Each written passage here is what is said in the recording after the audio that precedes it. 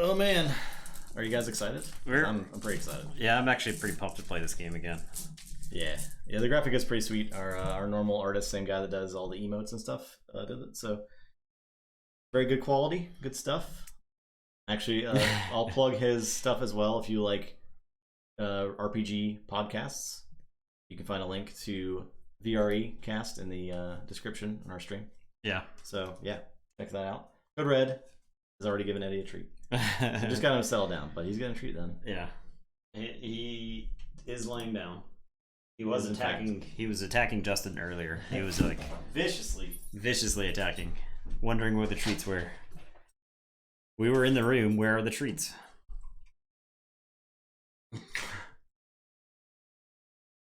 Give me that. Give me that treat.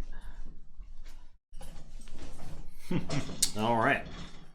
Okay, so we're going to talk about the game a bit. Yeah. This game was released by Decipher in 2001. Yep. Lord of the Rings TCG. It is a very unique concept in a game in that you're playing two symmetrical games at the same time. Yeah. So you play both Shadow and Light Side at the same time. So Decipher made the Star Wars card game originally, and if you played in a Star Wars tournament, you had to bring two decks with you. So I feel like they learned lessons from that game. Yeah, so they wanted to combine that experience. So, yeah. So that you weren't just having to build two separate decks. And the future Star Wars games did the same thing. Star Wars LCG was the same way, where you brought a light side and a dark side deck. And you had to play them, and it was always kind of clunky. It was very clunky for tournament rules. Same thing with Netrunner too, right? Like you always have the tie break problems in that game. So, and whenever the balance was off, it felt like the whole game was off, even though you had access to everything. We'll just have this Realm 1 ring sitting here because it looks sweet. Yeah, it does look really cool. While we're explaining some stuff. Focus. Oh, yeah, focus, please. Please focus. Bring it in. Bring it in. Bring us in, One Ring. Okay. Okay, camera. Bring us in. Oh. It's worse now. Come on. Alright, so there's the blurry One Ring. Yeah. We've all seen it. We got show off Frodo. I'll show off Frodo and Gimli. You show Frodo. So the way this game works, Frodo is like color corrected if you see through. Actually not, surprisingly. Okay. So the way this game works is you have one deck in which you have an equal amount of Fellowship cards, which are these more brightly colored cards on the table. You can't see, but Frodo and Gimli obviously are Fellowship. It's pretty straightforward on what is Fellowship and what is Shadow.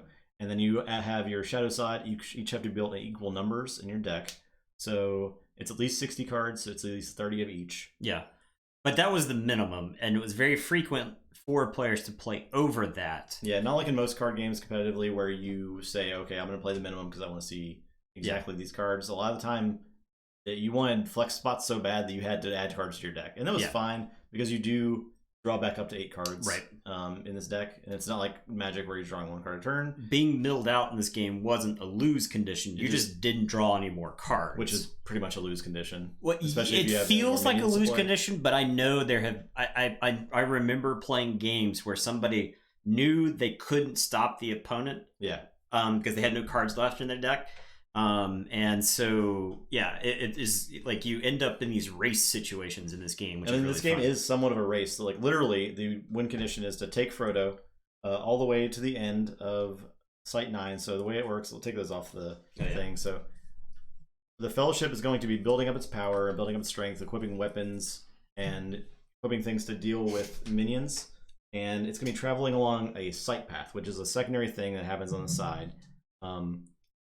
Where every time they move to a site, they will then engage with the minions played by the opponent. And they have to fight and defeat them. They might be too wounded to move on, but you can move up to 2 times per turn. There are a total of 9 sites. The object of the game is to get Frodo alive and unspoiled to Site 9. Yeah. If you survive through the end of your turn, if you're at Site 9, you win the game. Yeah, and there's some bad things that happen. Each site adds progressively more resources for the Shadow player to spend on minions. Yeah. So it, in theory, can get harder and harder to fight through your opponent's hordes of guys, especially at Site 9, where usually Site 9 is some extra features for the opponent. Like they might be able to play guys in their discard pile, or they might be able to draw extra cards, or they get extra resources. Yeah. So the way that resources work in this game is whenever you play a Fellowship card, the cost is in the top left of the card. So you can see Aragorn here, he costs 4. You take 4 of these Twilight tokens, is what they're called. We're going to use these little black beads. That's what was officially used by everybody during the time of the game. Everybody at the time used them. So if I wanted to play Aragorn from my hand, I would play it on the board, and I would add 4 of these black beads to the Shadow Pool. So they're there. And on Nathan's turn, when he is playing minions, he can then pay the cost of his minions by removing tokens from the Shadow Pool. Yeah. So I'll show you Saruman and a Uruk-hai. So they cost 4 each. So he would have to have 4 tokens available to him, which he gets by me playing cards. So the more stuff that the Fellowship is playing, the more stuff that the Shadow player can play, which I think is a really cool dynamic. You're not having to like meet resource requirements for things. You're just like, how far can I push it? Yeah, sort of. Because there were a lot of times where you had to make a decision of like, man, if I play this card, that means my opponent gets 1 more Nazgul. Yeah. Or my opponent can play 2 more Orcs.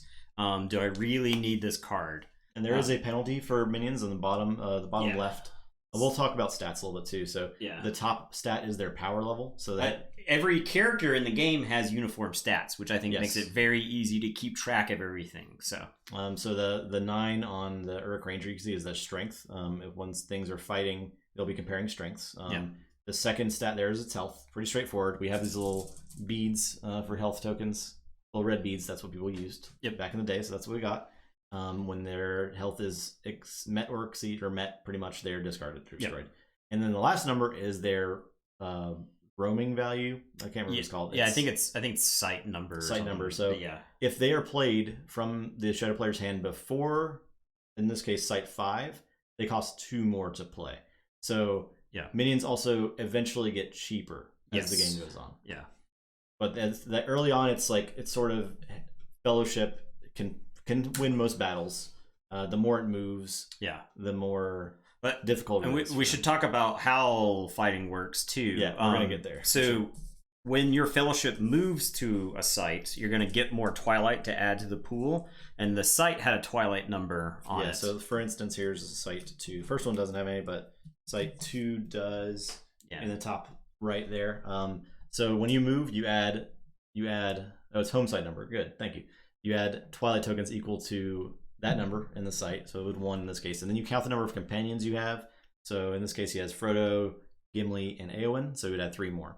So no matter what, even if the Free People's player does not play any cards from hand, the Shadow player will have an amount of Shadow to spend. Yeah. And we've actually, one of the most powerful strategies for a long time in this game was Shadow Denial, making it so that your opponent couldn't play Shadow cards. And we have intentionally not built decks that use that strategy. Yeah, we want to show off the game more so. Yeah, right. So we actually have built decks that are probably not ideal, but because we want to have our cool characters fight lots of people. So these are not indicative of like competitive decks at the time. Yeah. Anyway, so back to fighting. So in this example, Justin, we'll fast forward through him playing some guys. You have an archery phase because it wouldn't be a fantasy game if you couldn't shoot people with bows. Éowyn, Gimli, Frodo, no archers here, so I don't take any shots at the goblins. The goblins could have archers, so they could take shots at me, and I'd have to distribute some wounds before we actually got into the skirmish phase, as it's called. And so once we get to the skirmish phase, the Free People's player, will get to decide where characters go to fight. And then we resolve the fights one at a time. Yep. And so once the fights are... we resolve the fights by checking our strength. 6 to 6 ties go to the minions. I'm pretty sure that's the way it works. Right? I actually don't know. Yeah, I think ties go to the minions. But I can look. So in this case, Gimli would take a wound from the Moria Scout. Now, Gimli has a skirmish ability that says exert Gimli to make him +2 strength. So I could decide, and this is before the resolution of this fight, so I could exert Gimli to make him +2 strength to make him 8 versus the Goblin 6. And if Justin had an action from his hand, he could then play it. And we'd go back and forth until basically both of us pass. And then you check the numbers. Yeah, and then we check our numbers. Ties, you do go to the chess player. Thank you, Aristotle. So in Gimli's case, he would be 8 strength versus the Moria Scout 6. He would win the fight, and he would do 1 damage to the Moria Scout. Yep. We do have to point out that Gimli has an ability called Damage +1. That actually means he does an extra point of damage when he fights something. Which would kill the Moria So he would finish off the Moria Scout. Now, the Goblin Scavengers over here is 8 strength to Eowyn 6. The Valiant keyword on Eowyn doesn't do anything in this case. And Eowyn has an ability when somebody else is about to take a wound. She can take wounds for them.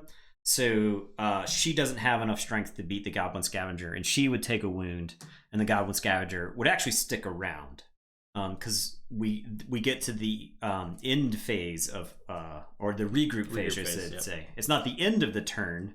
But it's merely a chance for the turn to end. Yeah, so when the regroup phase happens, the Shadows player can decide to reconcile their hand. And when you reconcile, you can discard up to 1 card and then draw up to 8. So the Shadows player gets a chance to pretty much reload its stock of guys, of bad stuff it wants to play. And then the Free People's player decides whether or not they want to move again. So they can move up to 2 sites per turn. That's where the racing kind of comes into play. That's where sort of pushing your luck comes into play. If they do move, this guy sticks around. If they do not move, this guy is discarded and it moves on to the opposing player's fellowship. And you swap roles. Yeah, so you go back and forth. You try to beat the other person to Site 9. You try to beat up their fellowship, slow them down, make them stop moving. Yeah. That is pretty much the gist of the game. If you kill all of the other players' fellowship, you win the game. Yeah, so if you kill Frodo, you win the game on the spot. Yeah. Frodo has, in this case, he has 4 health and 3 strength. The ring is actually giving him a health and a strength. Yeah. And if Frodo is corrupted, which means, so the ring also adds burdens to Frodo. We should mention that. Mm-hmm. If Frodo has 10 burdens on him, you represent those by black tokens. That's he has a resistance of 10.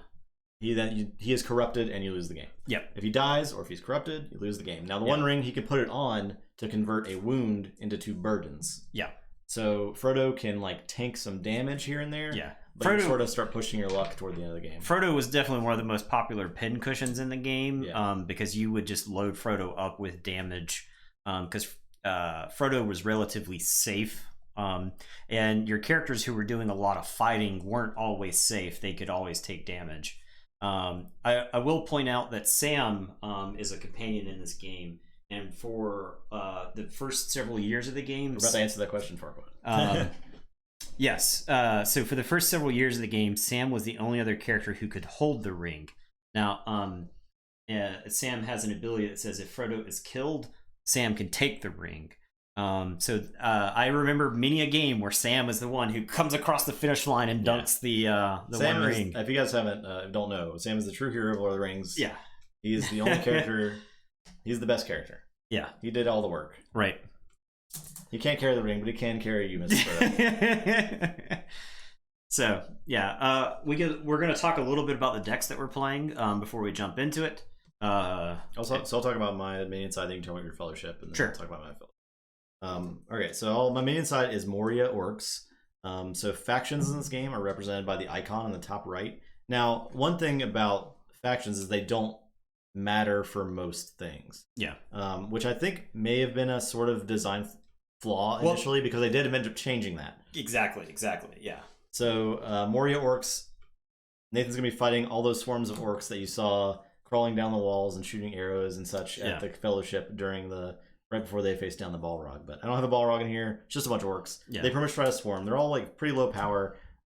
This orc in particular is one that kind of drives the deck as sort of an engine. When you play him, you add 2 Twilight. So he costs 1.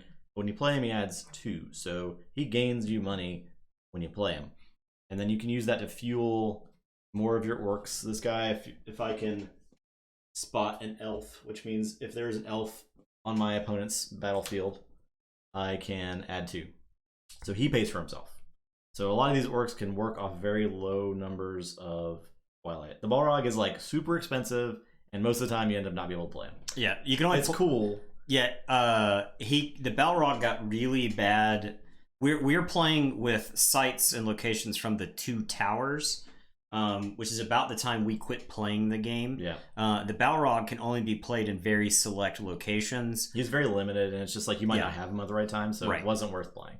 And then there's this Goblin Scimitar, which when you play a possession onto an orc, you can draw a card. Pretty good. Gives him +2 strength as well. Pretty sweet. Yep.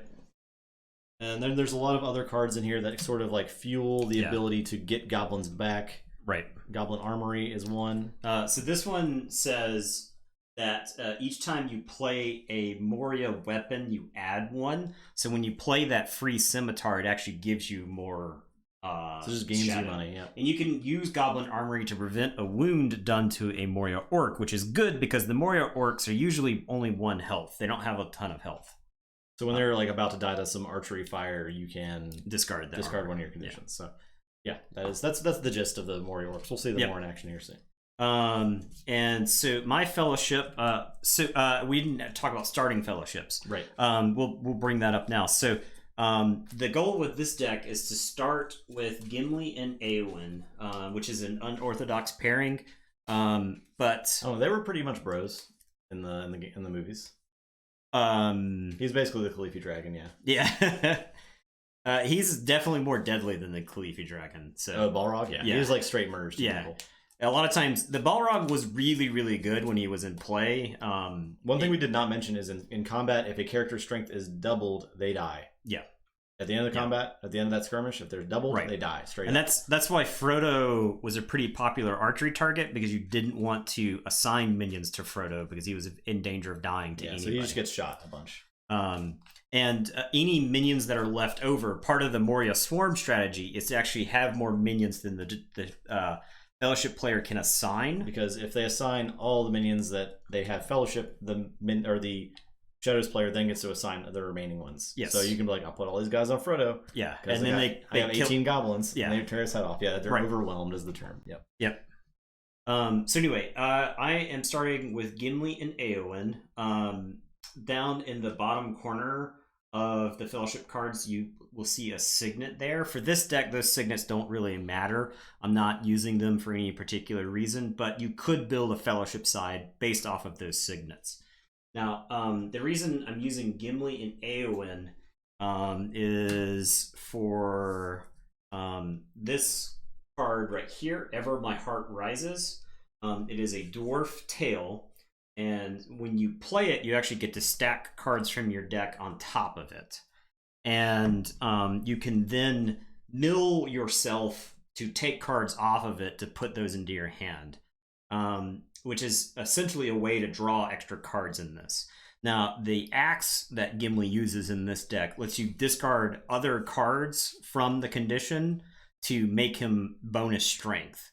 So the goal is to have Gimli just felling trees everywhere, just like taking orcs out left and right. I have no doubt he will murder every Moria orc he faces down. So now, milling yourself with this deck is not too bad.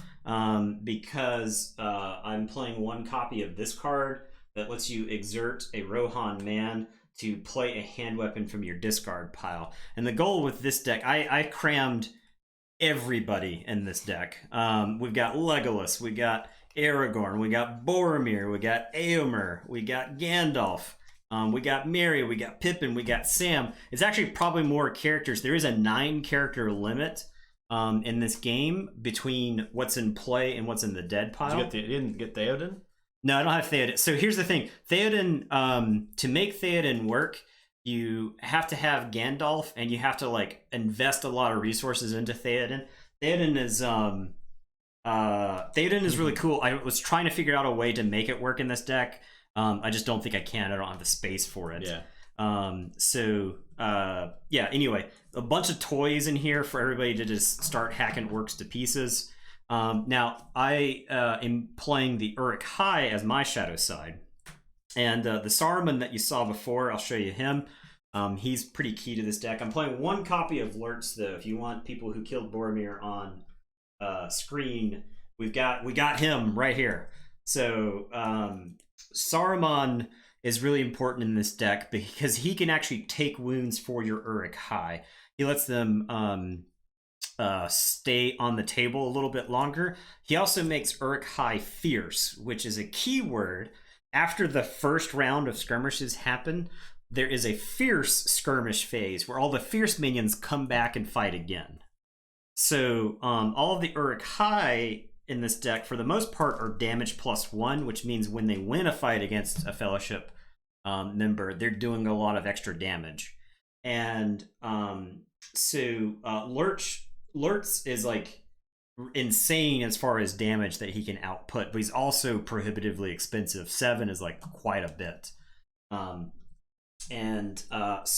the Uruk-hai come with like a handful of other tricks that they can use for making themselves a little bit stronger. They've got a sword and this classic card right here, Savagery, to match their numbers. Was one of the most prolific combat pumps played on a minion side for a long time.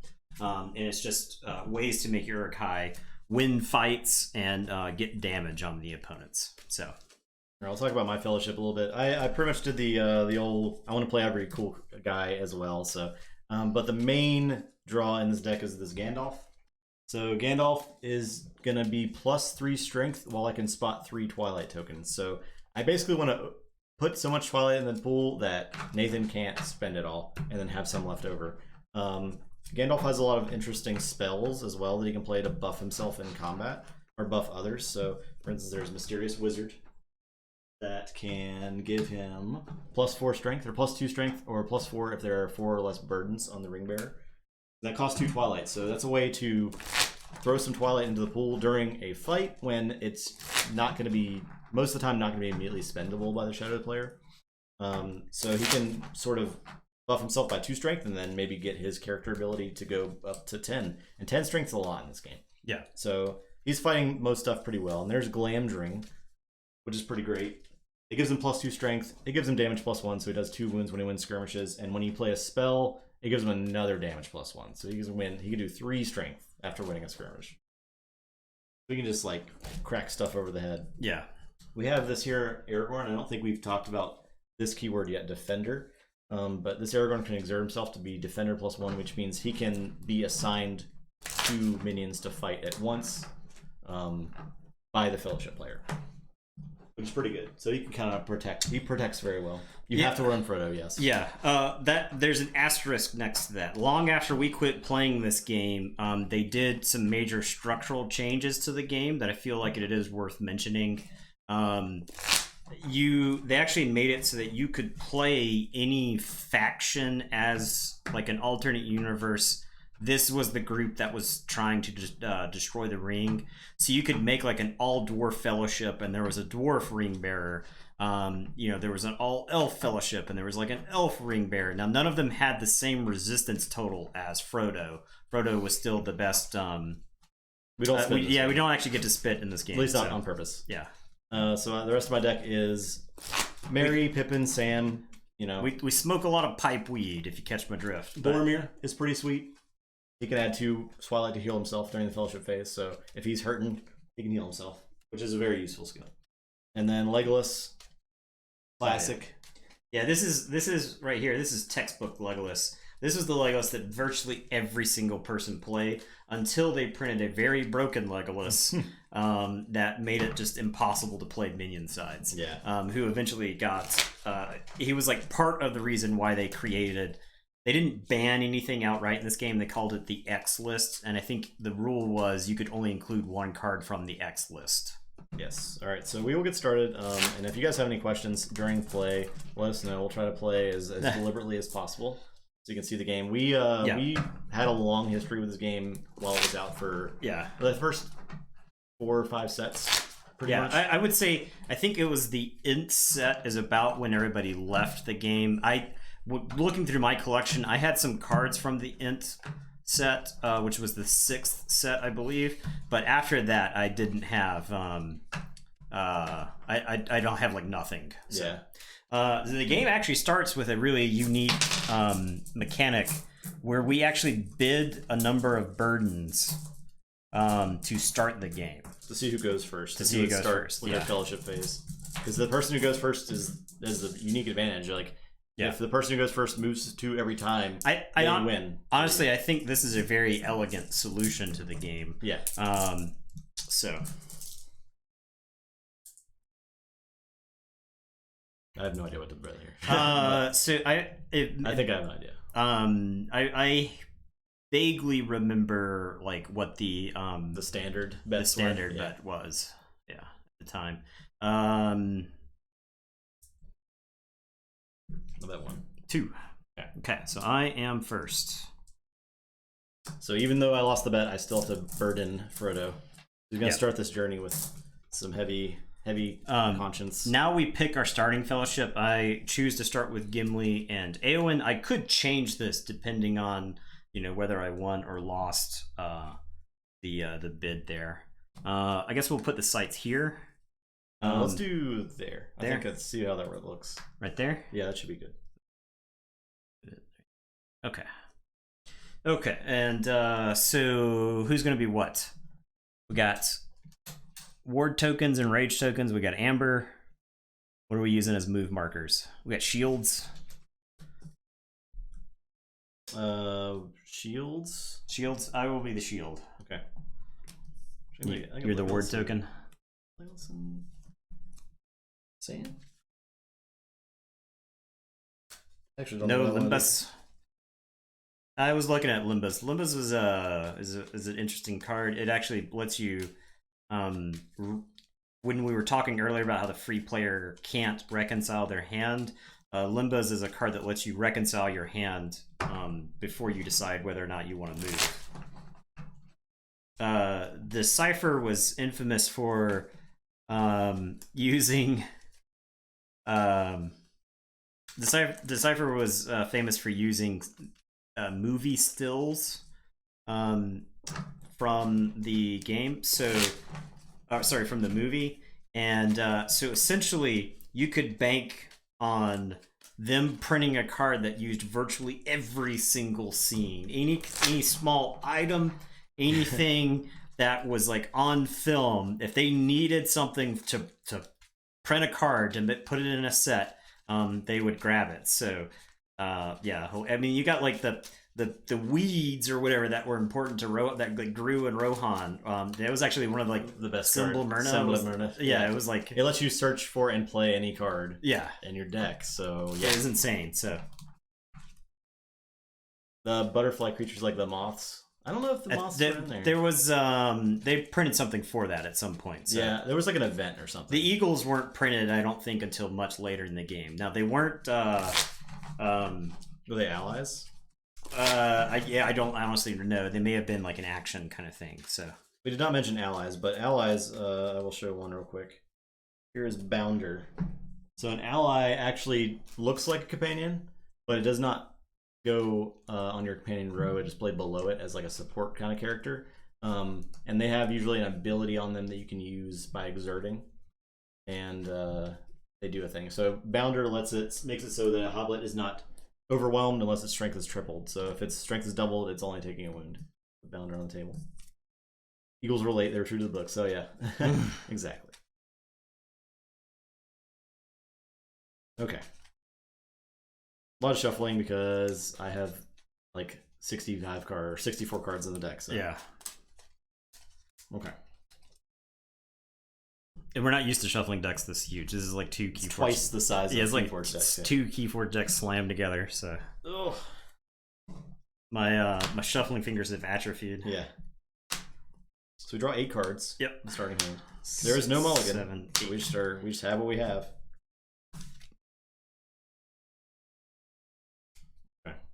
Okay. All right. Not a great starting hand for this deck, but so we're gonna jam Gandalf. Now the Gandalf that I'm playing is a little bit different. I will show him off. He costs 4 Twilight. Give me that Twilight. But he says Gandalf is strength +1 for each of these races you could spot in the Fellowship. So Hobbit, Dwarf, Elf, and Man. So I've got a Hobbit, I got a Dwarf, I got a Man. So Gandalf is currently 9 strength. She is no man, though. She does say that. Éowyn is going to pick up a sword. She's ready to hack some people to pieces. Bearer must be Eowyn, and it says, while I can spot a villager, she is damage +1. I didn't include any villagers in here. Still giving her 9 strength is pretty good. Yeah. Okay, and that's it. Now we march out. So my fellowship phase is done. I move forward. So you're gonna move into this Uruk camp. All right. So you the shield or the ward? I was the shield. Okay. And so we get 1 for the site, and I've got 4 companions. So that is 4 more shadow. So Justin has 10 to play with, which is quite a bit. Ooh-wee. Alright, so I'm gonna play some goblins. Alright, so I'm gonna play Goblin Armory. Plays in my support area. Each time I play a Moria weapon, add 1 shadow. And if an orc's about to take a wound, I can discard to prevent that wound. I will play a... Let's play a guard commander. He costs me 5 because he is roaming. This is his home site is site 4. I have to spend 5 on this guy. I will play a goblin scimitar for 0. Lets me draw a card. And you get 1 shadow because of the goblin armory. Yeah. I will play goblin scavengers, which costs 5. Just another dude hanging out, and that is all I can play. Okay, so you've got a 9 strength guard commander and an 8 strength goblin scavengers. Okay, so we have the maneuver phase first, right? Yeah. So maneuvers, there's some actions that can happen, but a lot of the time you're both passing. It starts with the free people's player; they get a chance to do a maneuver action, and then the shadows player does, and then we move on to archery. Yep. Okay, so I will simply. I have no maneuvers. Okay. I have no archery. I also don't have archery. Okay. I will assign the goblin scavengers to Eowyn, and I will assign the guard commander to Gandalf. Okay. Skirmish phase, skirmish actions. We'll resolve Eowyn's first. She is 9 to the goblin scavengers 8. I have no actions. Do you have anything? Okay. Gandalf is 9. The guard commander is 9. So I have nothing. Okay, so Gandalf is going to take a wound. Gandalf can take up to 4 wounds. I could choose to exert Eowyn. And exert in this game means put a wound on, but you can't kill them. Kill a character with exertion. Exhausting means put wounds on them until they are completely exerted, but without killing them. Okay, so he's sticking around. All right. Now, you get to reconcile. So it means I can discard a card and I can draw back up. Yeah. To 8. I think I will discard this fellowship card, anticipating the possibility that you may move again. So discard that and I'll draw back up to 8. Okay. So if I move again, Site 3 usually had very low amber on Twilight on it. I've got this guard commander. I cannot beat this guard commander in a fight. I could have stuck him on Gimli and exerted Gimli twice to see if I could have killed him. But that would have been 2 wounds on Gimli.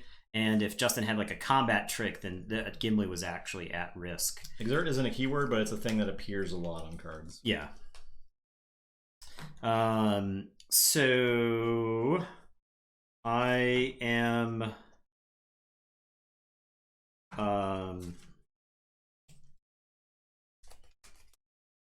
this is the regroup phase. I could play a regroup action right now, right? Yes. So I'll play this action. So I didn't draw the Ever My Heart Rises, which is the key card here. This is a way to recycle. It says shuffle any number of dwarven conditions. I choose 0. And all cards stacked on them into your draw deck. So I'm basically playing that to get that out of my hand. And I think I push. My Lord of the Rings sense is telling me to push.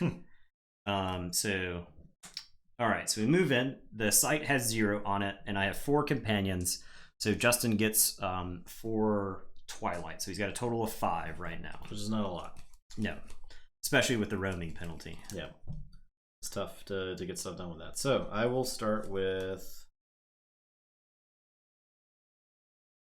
I'll play this here, Goblin Scavengers. That's going to cost me 5. All 5. And then I'll put the Scimitar on him. So lets me draw a card. Okay, and you get one from the Goblin Armory. I get one from the Armory. Okay, I'm going to play this Relics of Moria. I can remove 2 shadow to play a possession from my discard pile. Yep. So I'm just going to get in that in play right now. Okay. And that's it. All right. Third site is Barrows of Edoras. Yeah. It's so what we forgot to mention, I think, that some of these sites have abilities on them. Most of them do something. And this one says, place your hand beneath your draw deck to draw 4 cards as the Fellowship. Yeah, pretty good, I would say. It's a way to kind of like mulligan in the middle of the game. Yep. Okay. So I think I just run it back. I'll put the Guard Commander on Gandalf. I'll put the Scavengers on Éowyn. Now, we'll point out that this site has a gray border, which means it is what's known as a sanctuary. And so that means during the Fellowship phase, if you start your turn in a sanctuary, you get to heal up to 5 wounds from your Fellowship. So that's why I'm kind of going aggressively here, knowing that Site 3 is a sanctuary, knowing that I'll get to heal a bunch of damage at the start of the next turn. I can take the damage from these orcs right now. So we'll resolve Gandalf. Do you have anything? I do not. Okay, so he'll take 1. Éowyn, anything? Nothing. All right, Éowyn will take 1. And that's that. I can reconcile now, so I can discard a card from my hand. I am going to discard Ravager. I can as well, right? Yes, yeah, you get to reconcile again. And then I am going to draw 4. To 8. So. Okay. All right. I'm going to give you all the Twilight there is. Okay, so I will say I need to make some room for all my guys I'm about to play. We'll drop Mr. Pippin. Okay.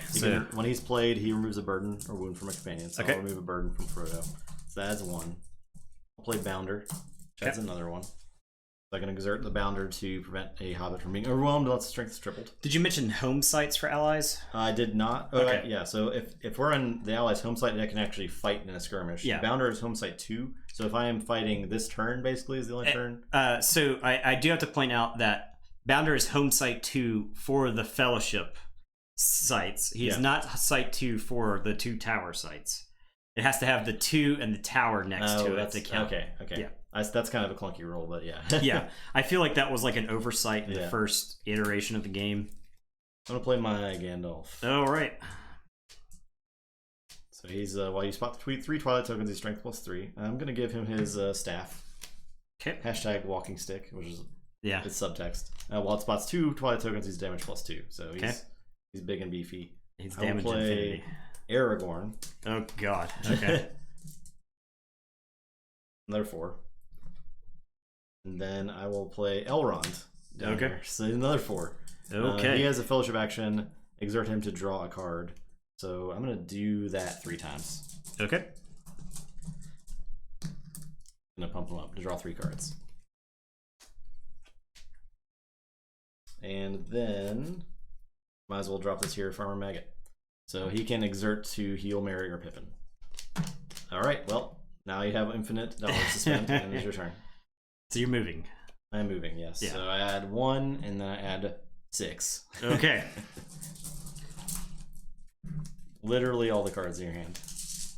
Okay. Out come the Uruks. So I am going to play Uruk Scout. No, there's no limit. You just keep giving the opposing player resources. You know they can't spend it all. So Uruk Scout is 3 and 2 for roaming. Now Uruk Scout says the roaming penalty for each Saruman minion is -1. So now my roaming penalty is only 1 for my guy, so I can keep playing. Now this site does have text that says each time an Uruk High is played, that minion must exert. So the Uruk Scout is going to take 1 damage. I am going to play Uruk Regular. He's going to cost 4, 3, and only 1 for roaming. He is going to exert. He has an ability that says exert this minion to play an Uruk High. Its Twilight cost is -1 for each other Uruk High you could spot. So unfortunately, I don't get to use him in this situation because his ability is because he's exhausted by the site. I'm going to play Uruk Regular again. He's exerted. I'm going to play another one. It would have been really nasty later on. And he is exerted. I am going to play Uruk Lieutenant. He costs 4, and he is exerted. Now, this is actually in German because I couldn't find 4 English language Uruks.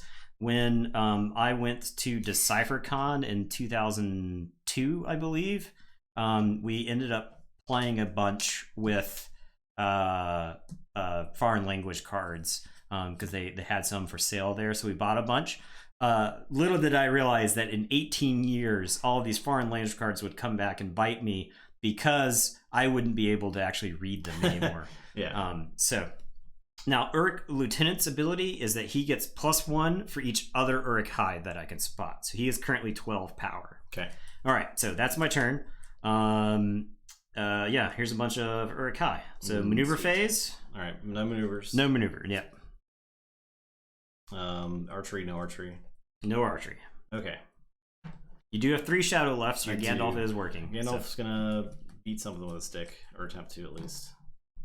So I will give Gandalf this guy. So this guy's huge, right? He's 12. He's 12. So Gandalf isn't quite able to contend with that guy. Yeah, because he's 10 right now, right? Yeah. I could exert Pippin or Merry twice to give Gandalf +3 strength. Yeah. This Merry is a classic. A lot of people played that Merry. You could heal with Farmer Maggot. You could give Merry like a Hobbit sword, and then he would get stronger. And Merry was like one of the best combat tricks in the game at that point. So yeah, just a baller. Just one of those ballers. I'm gonna give this guy to Pippin. Okay. I will give. These are all so damagey. I'm gonna be so loaded with damage after this. I have to actually I probably have to stop now, which sucks. But let's see. I might have to make Aragorn Fender. Looking back, so that I don't lose the game. Or I think Pippin just dies here. And that's probably fine. You have Bounder. Yeah, Bounder can save like Merry.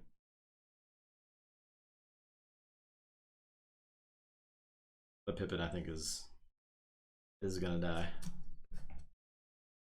Okay, so we'll do skirmishes. I'm gonna start with Gandalf. I didn't expect him to play 5 guys. So Gandalf is strength 10 currently. Okay. So I will play Savagery to match their numbers. So make an Uruk High strength +2 or spot 5 companions. You have 6. To make an Uruk High strength +4 and fierce until the regroup phase. So he's actually 12 strength now and fierce. Okay. Well, I will exert Merry twice. Okay. To give Gandalf +2 strength. Okay. Or +3 strength. Okay, so he's now 13? Yeah. Okay, cool. All right, so the Uruk regular is toast. Okay, then I will do Aragorn. Okay, I am 11. So he's going to take a wound. He is damage +1. It's another language, so I don't know that. I'm sorry, it's Schaden +1. All right, and then I will play... it's Schaden from Schadenfreude. We'll do Boromir. As in... He's losing as well. Yep, he takes 2. We will do Pippin or Merry. I think Pippin's fine. Merry's going to take 2 from the Uruk regular. Merry is going to take 2. So Pippin can get saved with the Bounder. So I'll do Pippin. I'm going to exert Bounder. Yep. So he will take 2. Yep. And then Merry is going to explode. Merry is dead. It's a very different movie now. Merry is killed by an Uruk High in the first 5 minutes of the movie. In the gritty remake of all right, so I draw 7 8. All right.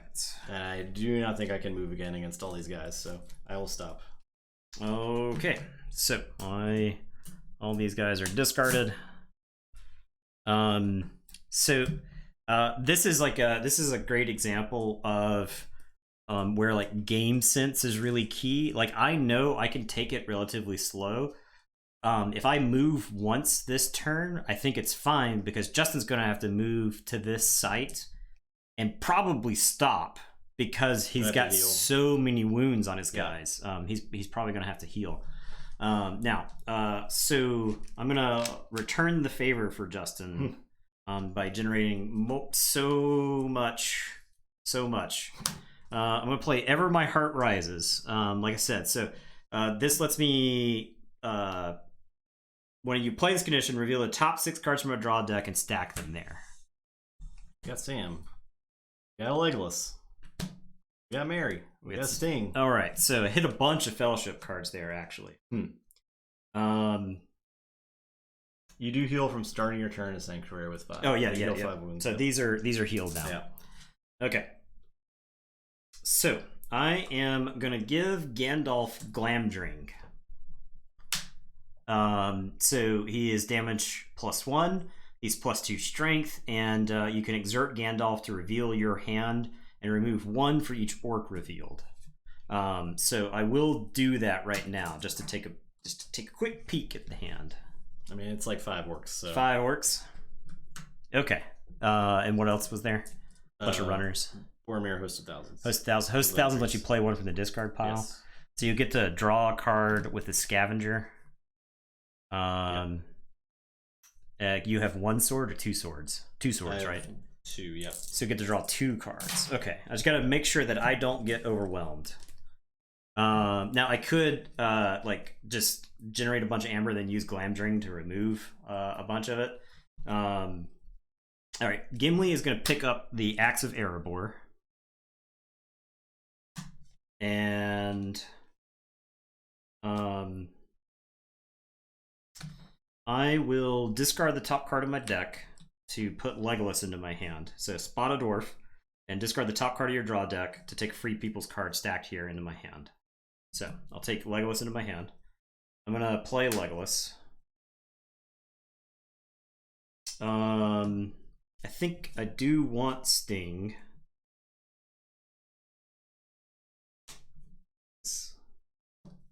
So broken. Yeah. Okay. I will discard the top card of my deck. It was the sword of a sword of Gondir. I'll put Mary into my hand.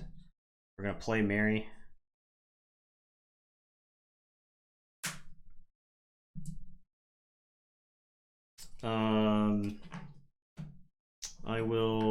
I got Sam and Sting. Sting means Frodo can actually fight some of these orcs and be less likely to be overwhelmed. So I'll discard the top card of my deck to take Sting into my hand. I'll play Sting.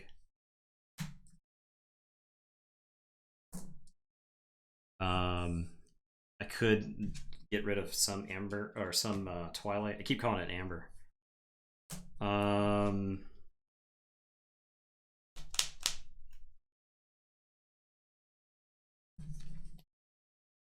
Move this over. I got too many. The guys just have too much swag. It's a lot of swag. It's too much swag. I am gonna give Eowyn a helmet so she can reveal it dramatically later on. Sam.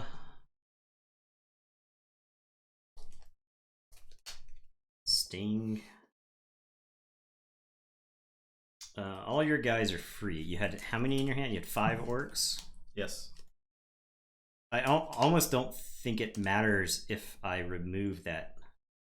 Because you had 2 runners, right? Yeah, 3 runners. 3 runners have played Lego. Oh, yeah, so you'll be able to play all the orcs anyway. I think I just end up taking wounds that I don't have to. So my goal will be to just kill as many of your guys as possible then. So, all right, we're gonna ride. Let's ride. You're riding. All right, so you're gonna go to the White Rocks. Okay. Shadow number is +1 for each mounted companion. I have no horses. No horses. No horsies. No horsies. Okay. So 3 for the site, and you have 6 companions there. Oh yeah. I remember when I had 6 companions. They're dead now. All right, I'll play. So you have reached the home site for the Mori Orcs. So they are the cost on the card. So Goblin Runner costs me 1, and then he generates an extra 1. Yep. Goblin Runner generates 1. Yep. Goblin Runner generates 1. Yep. Like I said, I don't think it mattered if I got rid of that extra Twilight or not. Guard Commander can remove 3 to pump a Orc, which is pretty good. Yeah. Okay. So I will have a use for my extra stuff. I will play Scavengers, so I can play a weapon for my discard pile.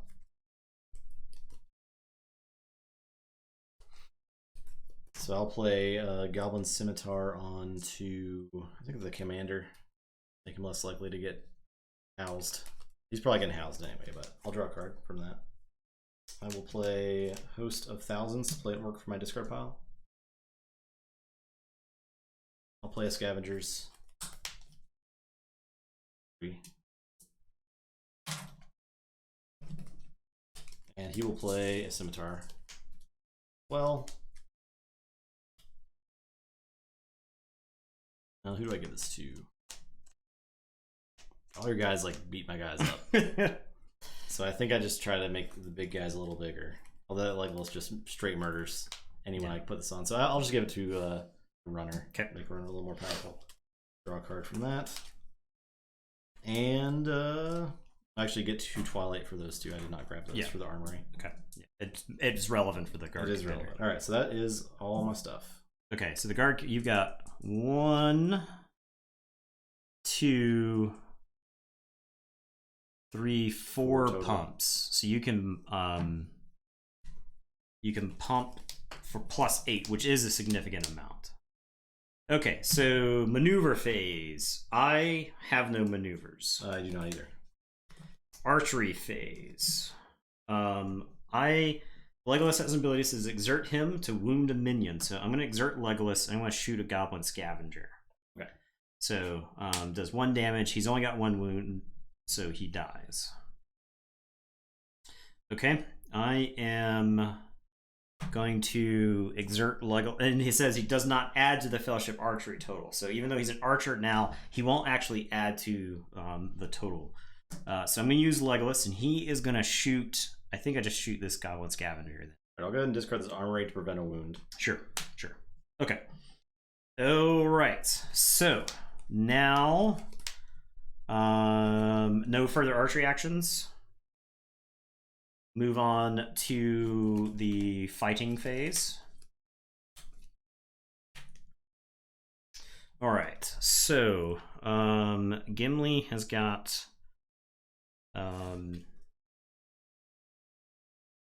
Gimli is 8 plus a bunch. All right, so Gandalf can spot an elf now. He can spot hobbit, dwarf, man, elf. So Gandalf is currently 12. Gimli is 8 with the potential to go to 12 or another +4 by exerting himself, so up to a total of 16. I can't really put anybody on Frodo because Frodo will just die to them. So I think I put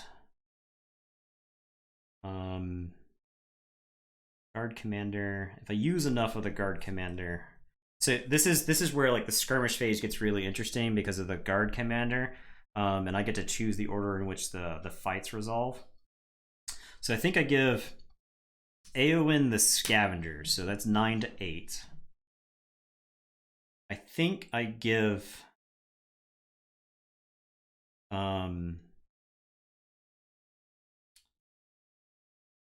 he is damage +1. So I think I give Guard Commander. Okay, yeah. I give the Guard Commander to Gandalf. I give this runner to Gimli. I give this runner to Legolas. And then I think this runner goes up against Frodo. Okay. So, first things first, we go to this fight. Okay. All right, so Gandalf is 12 to the Guard Captain's 9. Okay, so skirmish actions, you start. I have no skirmish action. I pass. Okay, so I'll remove 3 to make him +2. Okay, I pass. So I'll do it again to go to 13. Okay, so 13. Now, if I use Mary here, which I think I probably do, yeah, I think that just makes sense. I'd make you use all of your resources to keep the guard commander alive. So I'll exert Mary twice to send Gandalf to 15 strength. Okay, so I'm gonna remove 3 to make this guy +2 strength. Okay. Okay. Anything else? I'll remove 3 to make this guy +2 strength. Sure. Okay. Anything else? Okay, so guard commander is dead now. All right. We will move to Gimli. Do this. Sure. Gimli is 8. Dead. Okay. We'll do Frodo. Frodo murders the goblin. Yep. Shanks him. All right. We are going to do Eowyn. She is 9 to 10. I will discard the helmet. And it says, discard this possession to cancel a skirmish involving the bearer. A minion in the skirmish may exert to prevent this. He cannot exert because he only has 1 wound. And then the fight with Legolas. So Legolas is going to lose this fight, and he would die. But I'm going to use Eowyn's ability. It says if an unbound companion, unbound is a key word. You had ring-bound and unbound, which is stuff they added in the 4th set, which I think are kind of clunky. There's a lot of clunky stuff. Yeah, in this game, design-wise, yeah. Essentially, unless a companion says they're ring-bound, they are unbound. So Frodo is the ring bearer, so he is always ring-bound. So Eowyn can take wounds for people who aren't Frodo, essentially. So I'll add 1 to the pool and exert Eowyn, and she'll take the wound that is supposed to kill Legolas here. Now, I ended up not using that many tricks, but you do have some dudes. You get to regroup phase now. So yeah, so I'll discard Boromir and draw up.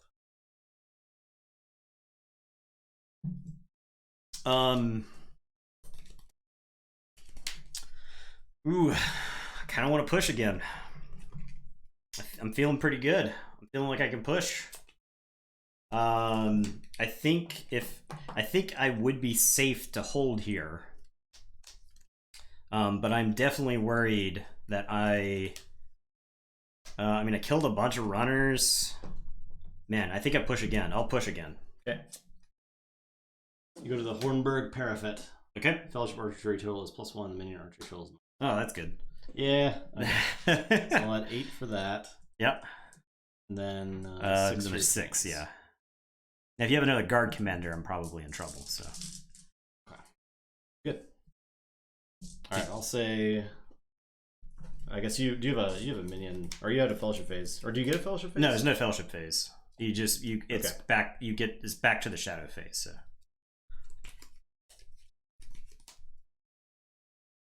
All right, I will play a Host of Thousands to play the guard commander for my discard. Oh my god. 3. Okay. Then I will play They Are Coming.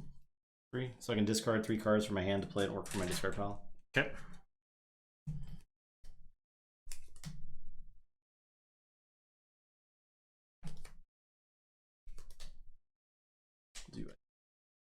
I gotta do this. Let me see how many highlights I have. That's 3 pumps right there. Mm-hmm. I might be better off just having 3 pumps. Although you have a lot of archery. Yeah, I got 2 archery. So yeah. I need something to absorb that. You haven't drawn the dude who's free with elves, right? I gotta do. This guy's there. Yes, it's in the discard pile. Because so I can discard 3 cards to play a guy. That.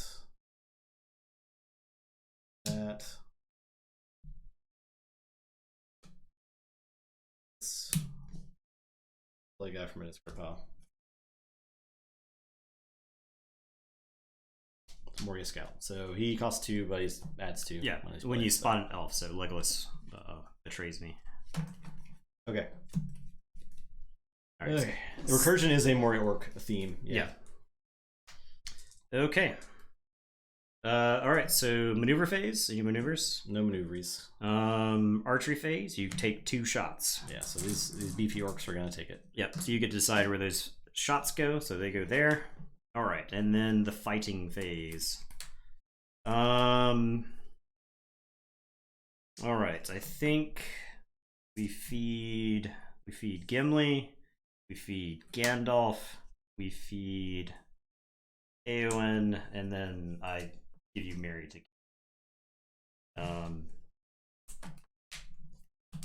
Yeah, I think that's fine. Okay. All right, so we will resolve the fights. We'll start with Gimli. Okay. So Gandalf he's at 12, right? That's correct. Okay. So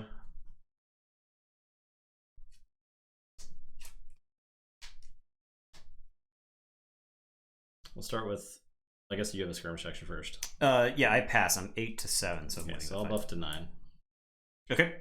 My skirmish action will be to discard Ever My Heart Rises to make Gimli +1 strength. Your action. He's 9 now. He's 9 still, so I'm still winning. Yeah. Okay. I pass. Okay. I'm gonna discard the Uruk Captain to make Gimli strength 10. Okay. So I'm gonna use these 3 to buff. Let's see. Who do I want to wound more? Probably Eowyn. Okay. So I'll buff this guy. All right. Do I kind of want to rebuy on this on the next turn if I draw into it. So I think I'll discard Sam to give Gimli strength +1. All right. I'll buff this guy again. Okay. And then I'll discard the Ever My Heart Rises to make Gimli 11. Then he murders us. Yeah, cuts him down. All right. We'll do Gandalf next. Gandalf kills us. Okay. We will do Eowyn. Eowyn is 9 to 9. Eowyn takes 1. Any actions? Nope. Okay. Eowyn takes 1. Mary is 3 to 6. Mori Scalp kills Mary. Poor Mary. God, Mary died. This is in both realities. Mary died. This is a pro Hobbit murder stream. So that's it. That's what I got. So that's my turn. I'll draw. And your turn. Okay. All right. So I take fellowship action. These guys are discarded. Yeah.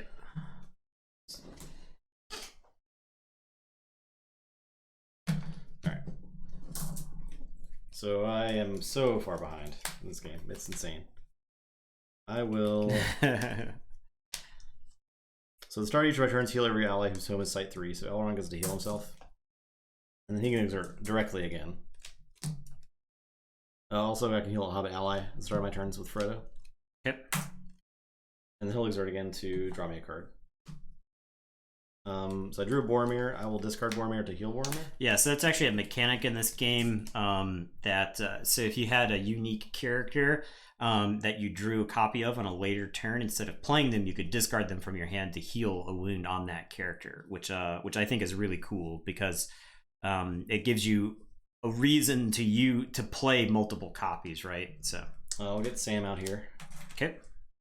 I'm gonna give Gandalf Glamdring. Okay. So he gets damage +1. If I play a spell, he is damage +1 again. And then, can I discard Gandalf even though he doesn't have any wounds on him? Honestly, I don't know. I kind of want to discard it. Yeah, no, I get that you want to, but I'm just gonna do it. Maybe take some wounds on Gandalf. Yeah, I mean, just maybe put some wounds on him. How about that? I'll try. Let's try that. So I will then move. So 0 for the site and 6 for my guys. This should be a little less painful, rough. Yeah. So I count 10. So I'll spend 5 and 5. I'm going to play Uruk Warrior, and I will play the Uruk Lieutenant, who gets +1 strength for each Uruk High spots. Both these guys are strength 9. And it is your turn. Okay. I actually could have used that location. My turn could have been even better. Yeah. So. Okay, so this guy's going to fight Gandalf. And this guy will fight...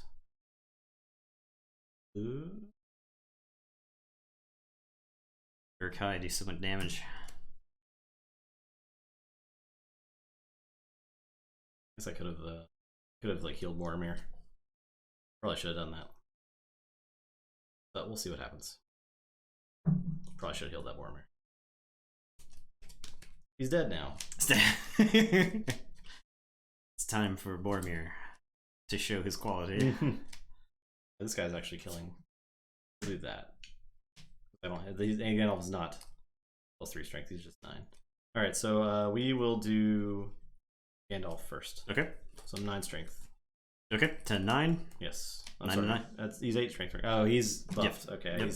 I can't read. He's in English. I can't read. Off, it's upside down. You're just a maneuver phase. I'm gonna spot 6 companions to make him fierce. Oh, okay. So yeah, archery. Don't want archery. Okay. And I don't have anything else for maneuvers. So yeah, this guy's actually gonna go fight Sam. Okay. Oh, I could have exerted this guy to heal Merry or Pippin. Sure. Maybe he just fights Pippin. Just gonna. Oh man, Should give you that Pippin. So many poor dead hobbits. Then I'll give this to Gandalf. Okay, so skirmish action. I am gonna spot Gandalf to make a minion strength -3. Okay, make him strength -3. Yeah. I am going to make him strength +4 with savagery to match their numbers. Okay, well. And he is fierce. Yep. Okay. I guess I take 2 damage. Okay, and he's fierce. He's gonna come back. He's damage +1. Yeah. All right. Pippin will not be dead unless he's overwhelmed, or unless he's tripled. So. Okay, he is 9. F. I mean, I guess I don't use Bounder then. I could give him to Frodo. Then you could just win the game if you have like another one of those cards. Another savagery. Yeah. Ugh. I guess Pippin's dead. Okay, he's coming back fierce. I was not prepared for Lord of the Rings. It's you gotta make some hard choices playing this game. Yeah. So someone else has to die basically. Gandalf could take 2. That's true. 5 wounds. Yeah, that's true. Okay, so let's go back to Gandalf. Okay. All right. Is he +4 strength till the end of the phase? It has +4 strength and fierce until the regroup phase. Okay. I don't know. So that's until the regroup phase. Yeah. Yeah. All right. Well, Gandalf will take 2 more. All right. Okay, I'm definitely stopping. Okay, I am gonna discard an Uruk Captain, and I will draw.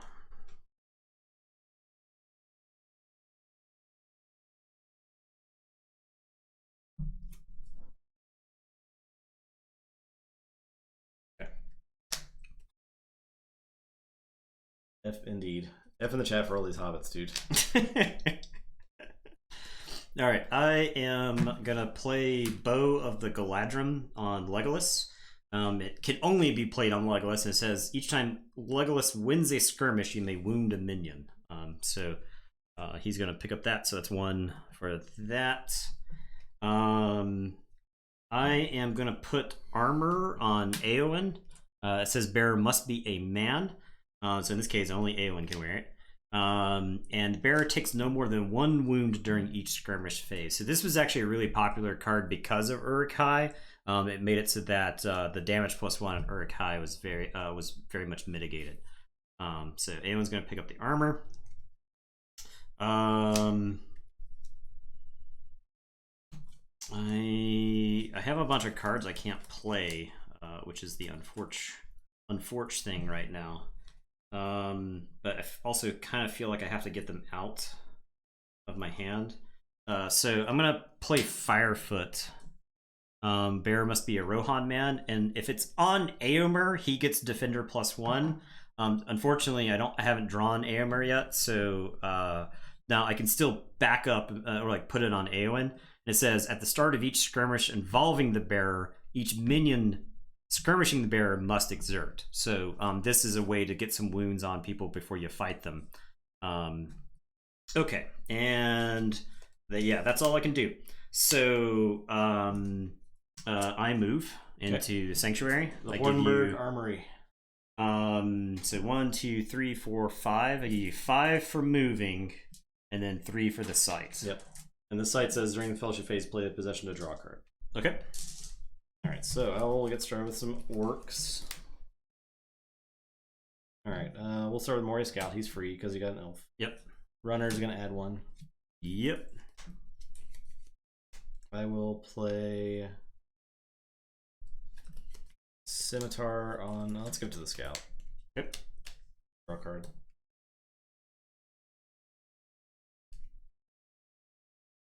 I'll play Goblin Swarms. It says if your orc wins the skirmish, discard cards and wounds on that card and stack the orc on this condition. Shadow, play orc stacked here as a play from hand. Yeah. So if my guys win skirmishes, they get things. Then I will discard 3 cards to play 1 for my discard pile.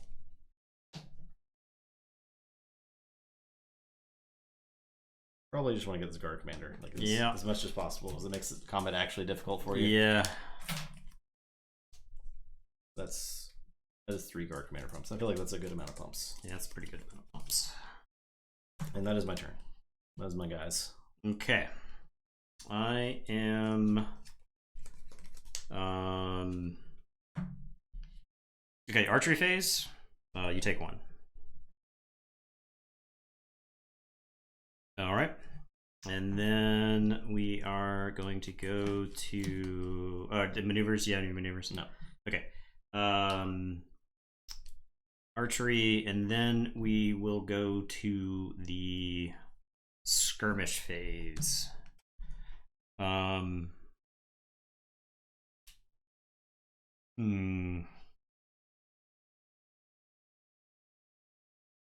Gandalf is 12. That is a bunch of pumps from the guard commander.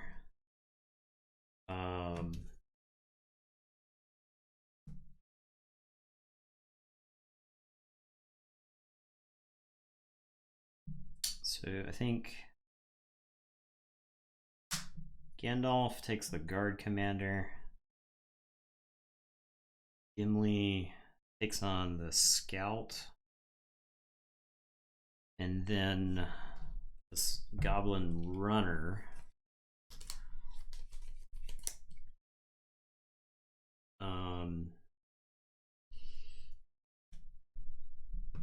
Legolas or Eowyn. I don't gamble on Frodo here because if you pump your dude and then have another pump, then that feels pretty bad.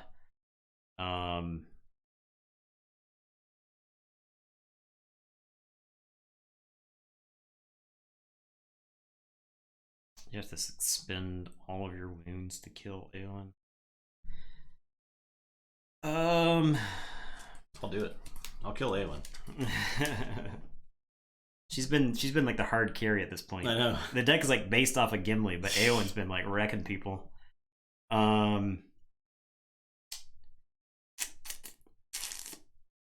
can't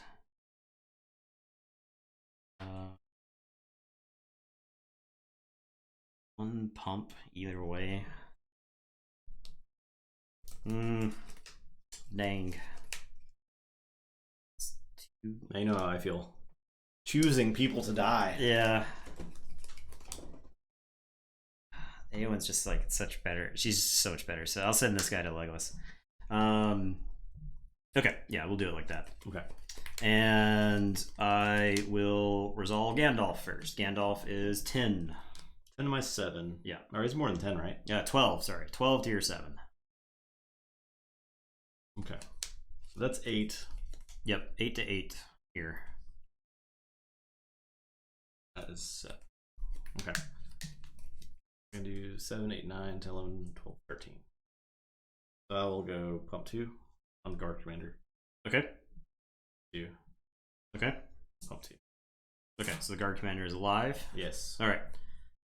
Okay, sure. Gandalf takes 2. Yes. Or sorry, takes 1. Yeah. And then I'm going to use the goblin swarms to stack him. Sure. Okay. Legolas. 7. I will give him +4 strength of skirmishing and archer. Yep. Okay. Legolas is toast. Killed Legolas, and I'm going to stuff this guy into the goblin swarms. Okay. I will do Gimli next. Okay. 8 to 8. Yep. I will exert Gimli to make him 10. I'll play this card. That gives him +2 strength or +4 if skirmishing a dwarf. Sure. Fine. I'll take it the 1. Okay. And I'll put him into the... I was trying to mitigate that, but yeah. All right. Okay, that's my turn. I'll stop there. I'm gonna discard the Hobbit Sword and draw 4. I finally did something. Okay.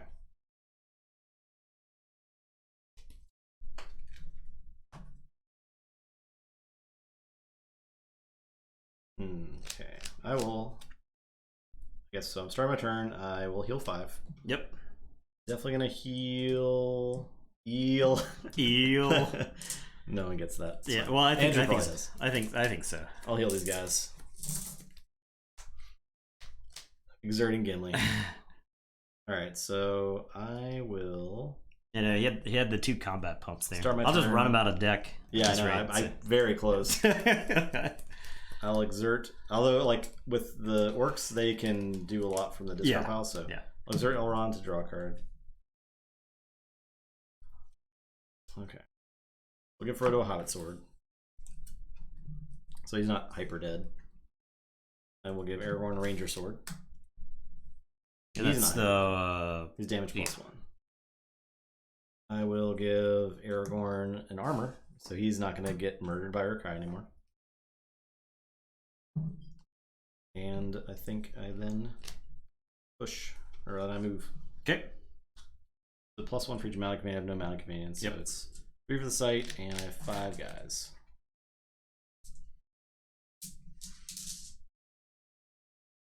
Okay, I am going to play Saruman. He's home site 4, so he just goes there. I will play Uruk Scout, who's going to cost 5. And I am going to give him a broad-bladed sword. So, +1. And he is 9 power now. And he gives so Saruman gives Urkai Fierce. And if they would take a wound, if they would take a wound, he prevents the wound. Okay. So, okay. All right. And Saruman could take wounds. He doesn't actually assign to combat. Saruman hangs back. Yeah. Okay. So I'm gonna assign the guy to Gandalf. Sure. Gandalf is 9 strength. Okay. I will start with a Servant of the Secret Fire to make a minion strength -3. Okay. It's 9 down to 3, so he's at 10. Sorry. He's 9 down to 6. Yeah. To your 9. Yeah. Okay. So I will play Savagery to match their numbers to make them 10. Okay, I will play Mysterious Wizard to make Gandalf strength +2 or +4 if there are 4 or few burdens on the ring bearer. So he goes +4 and then gets another +3 for his ability because there's 4 tokens. So okay. So he's now what? He is now 10, 11, 12, 16. Yes. Okay. To my 10. Yep.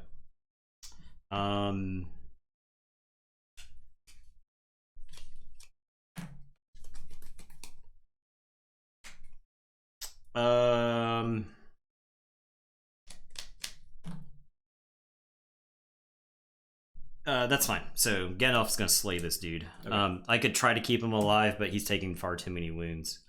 So Gandalf murders that dude. I will pitch Éomer's Spear. Still no Éomer. And I will reconcile. So I will draw. Facing now Saruman on the board. How many did you draw? I drew 5. 5. They're gonna get a lot of shadow too, and they're not in home site anymore. Or they would be not roaming anymore. So that's like pretty scary. I think at this point I like can't catch up to you, and I kind of have to rely on my minions to win. So I feel like I just play mitigation. Man, that's tough. Although with Aragorn on board, I may be okay to survive. I did have to use a lot of resources to like get that guy dead. This is tough. This is where the interesting decisions happen in this game, I guess.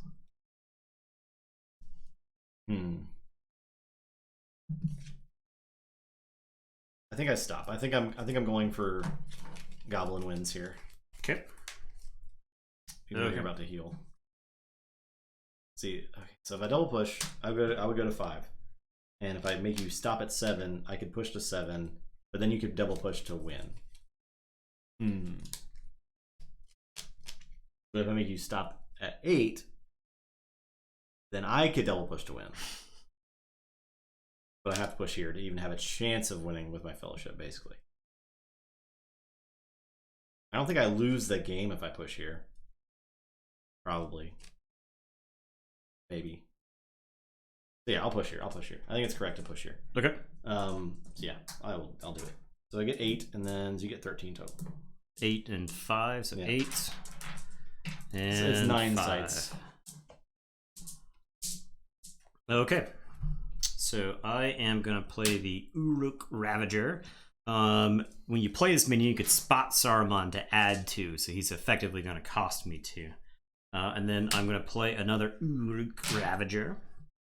And then they're both gonna pick up broad-bladed swords, and they make it so that the bearers cannot take wounds during the skirmish phase. During archery phase?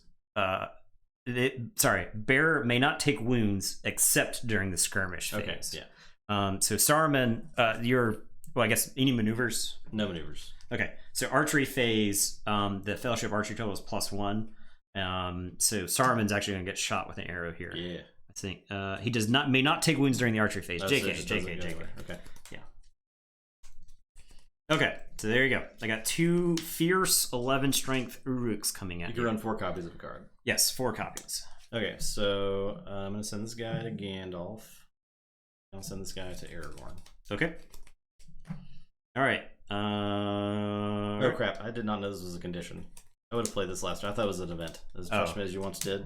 What's it do? Exert Gandalf to make a command strength +1 for each command with a Gandalf signet you spot. Oh, I gotcha. So you actually had two extra Twilight like 2 turns ago? Okay, I couldn't have used it. Okay, so that's just in there. Yeah. Sorry about that. That's all right. They look the same. Yeah. They have the same... This sits on the table, and this plays as an event. The same card layout, so... Yeah. Forgive me. Okay, so... I'll go to Gandalf. He is currently 7, 8, 9, 10, 12 strength. 12, okay. Yeah. All right. 11. Yes. I will play Savagery to match their numbers. So I'm going to make him 15 in Fierce. He's double Fierce now.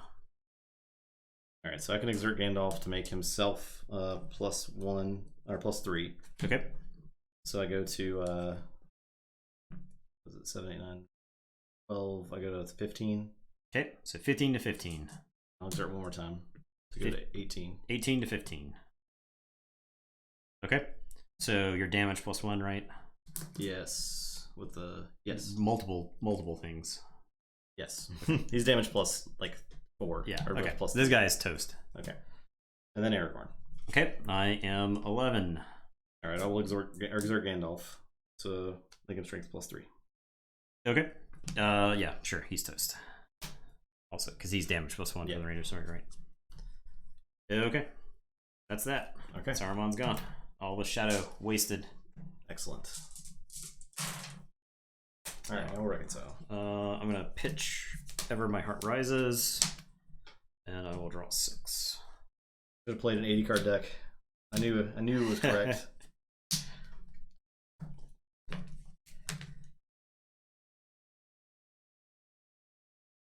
I'm like right behind you. We're gonna be going into Sight 9 with nothing. Just walking casually.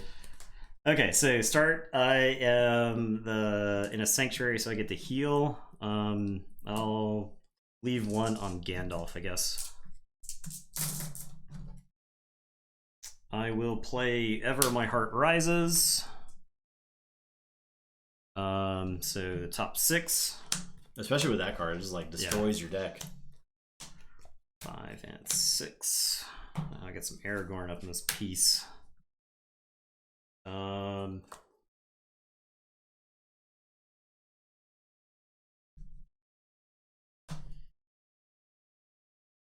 Aragorn.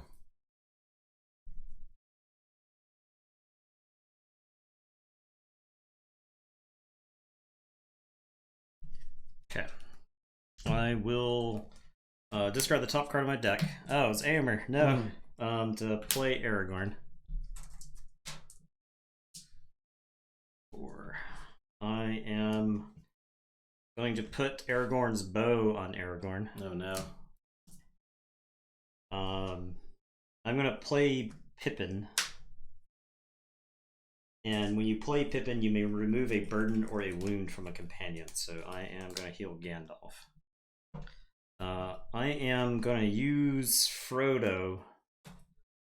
Exert Frodo to look at your hand with Sting there. What does it do? So exert Frodo to reveal an opponent's hand. Remove 1 for each orc revealed. So I remove 1. Okay, so you got hosts. Drums is the combat pump. Goblin Armory lets you stop wounds, and you got a Moria Scout, which is actually not that good anymore because Legolas is dead. Okay. So then you got all those dummies over there, and then you can discard some cards. All right, I think we're ready to roll out. All right. So we're rolling out. Skirmish events may not be played, and skirmish special abilities may not be used. Why would I play this? Why would I choose to play this? Oh no. 7. And 1, 2, 3, 4, 5, 6. Actually awful. Yeah. For me. Thanks, bro. Yeah.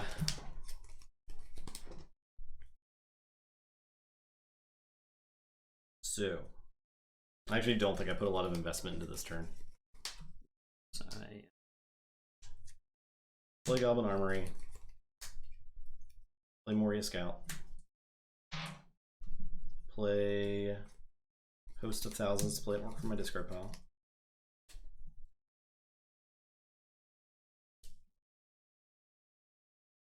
Play this guy.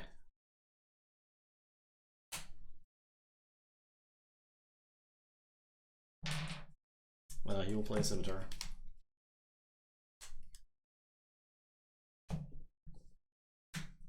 Self. Draw card. I'll add 1. I'll play another Scimitar. You can only have 1 weapon. Oh, yeah. Okay. Yeah. Play Scimitar. That is a rule. It's a logical rule. It is. But, yeah. Okay. I think you can only have 1 of a type of possession. Yes, it's per type.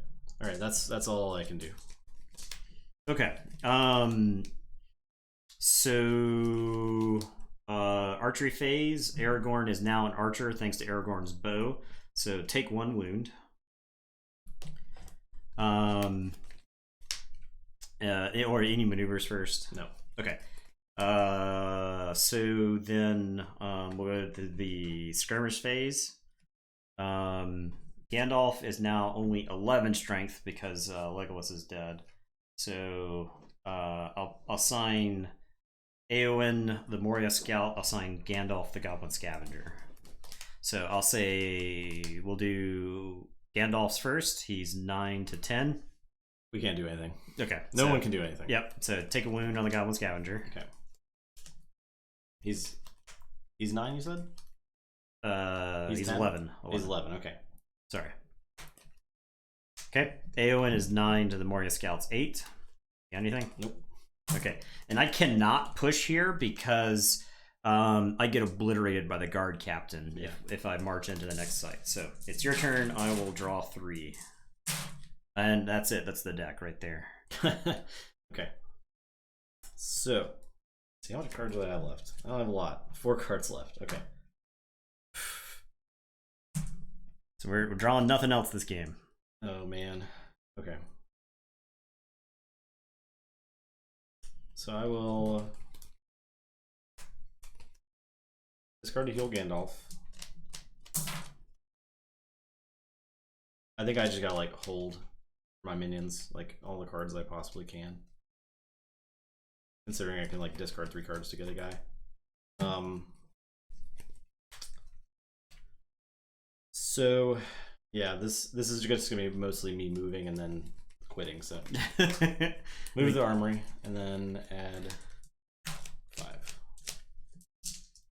Because if I double push, I'm still like so far behind you.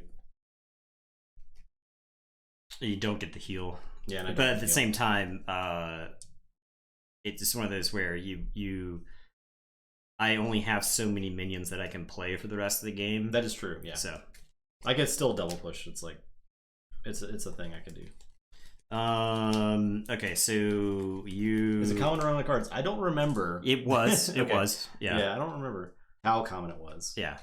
Maybe that's more of a reason for that people played really, really large decks. Yeah. Because you wanted to play stuff to get through your deck pretty aggressively. Yeah. And sides like Morio excelled at it. So Justin's deck was 6 cards larger than mine. Mine was 62. His was 68. Yeah. So, yeah. Okay. So if I play any minion here, it gets crushed by Gandalf. So I don't actually think I play anything here. I think I just sit tight and dare you to double push. I think I do in that case then. Yeah, I think I do. Okay. What's the worst case scenario? You kill Frodo? So 7 and then 5. And that's actually bad for me double because like Gandalf likes skirmish events, so yeah. I don't know why I would choose that. I just chose a random one. I didn't know it was gonna be so bad. Alright, so I'm like, if I play my minions now, I'm basically committing myself to trying to push to win on the following turn. Yeah. So we're trying to kill Frodo right now. 3, 6, 7. Let's see. 7, 3, Frodo and Sam. 4.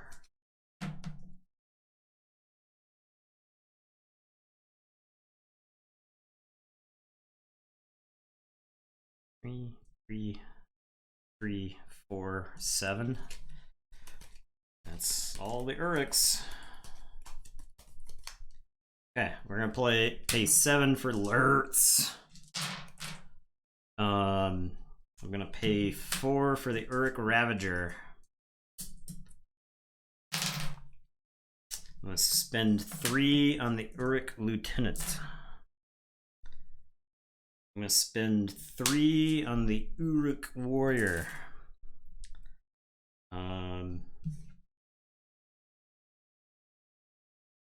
Could actually change this up. Yeah, I could change this up. I'm gonna play the Urik regular somewhere in there, and you can exert this minion to play another Urik high. It costs as -1 for each other. You can spot. So I'll play him. So I want to use exactly the shadow you gave me. For each other. So if I play Lurtz, then him. So when I play him, he costs -1. So that gives me the 1 then. And then I'll play the sword on somebody. This guy becomes fierce. Lurtz is fierce and 13 strength. The Urik Lieutenant is 12 strength. I put this on, well, actually, Aragorn's strength +1 and 10 strength. I think I gotta put it on this guy. Okay, yeah, we'll do something like that then. Alright. So, maneuver phase. Lurtz is fierce. Aragorn will make himself a better +1. Okay. This guy is you only no, he's not fierce. You only have 5 companions now, so he no longer does his thing. So okay, so Lurtz is fierce. All right. Yeah. All right. A lot of people are dying here. Archery phase. Yep. You take 1 wound from archery. Ow! Frodo was shot. Okay. It's a shame that if this guy were Saruman and all of those guys were fierce, I think it... Yeah. You actually destroyed me. Okay. So Aragorn... First, Frodo can actually tank a guy. It's +1 for each other Uruk-hai, so he's 12 strength. Mm-hmm.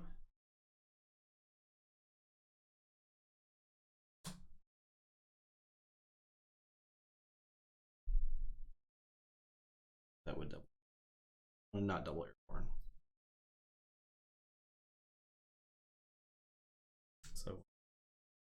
at 17 to your 10. Yeah.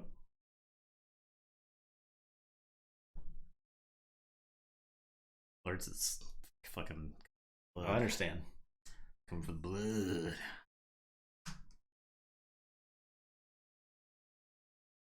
I sure wish I could use skirmish actions.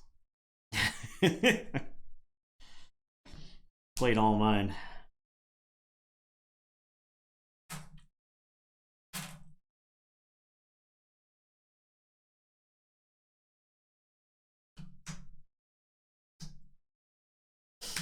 They're all dying. Just know that. Living out the movies. Okay, so we'll start with Frodo. Okay. 11 to your 6. Yeah, I'll take some wounds here. Yep. Okay. Boromir will die. Dead. He's fierce, so he's gonna come back. Gandalf will die.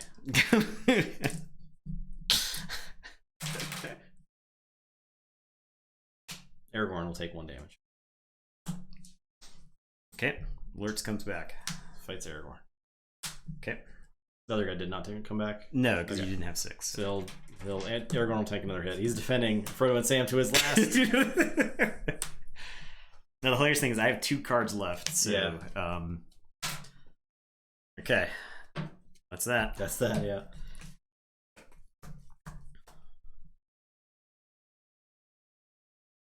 Okay. All right. I am going to play Boromir. Oh, actually, you can't use Over My Heart Rises with him because you have to discard a card, or you just can't play cards off it. Yeah. The axe lets me discard cards off. You can still like pump them. So I'm gonna play Boromir, and then we're gonna use Frodo to take a look at the old hand there. 2 orcs, you say? Yep. So those are gone. Every shadow actually matters. Drums in the deep, more combat pumps. Okay. Every shadow matters. You pushed right through that sanctuary. I had to, man. Yeah, that's this game though. Yeah. This game is so good because it makes you make those decisions like that. But I have no cards now. You win on your next turn because I cannot stop you.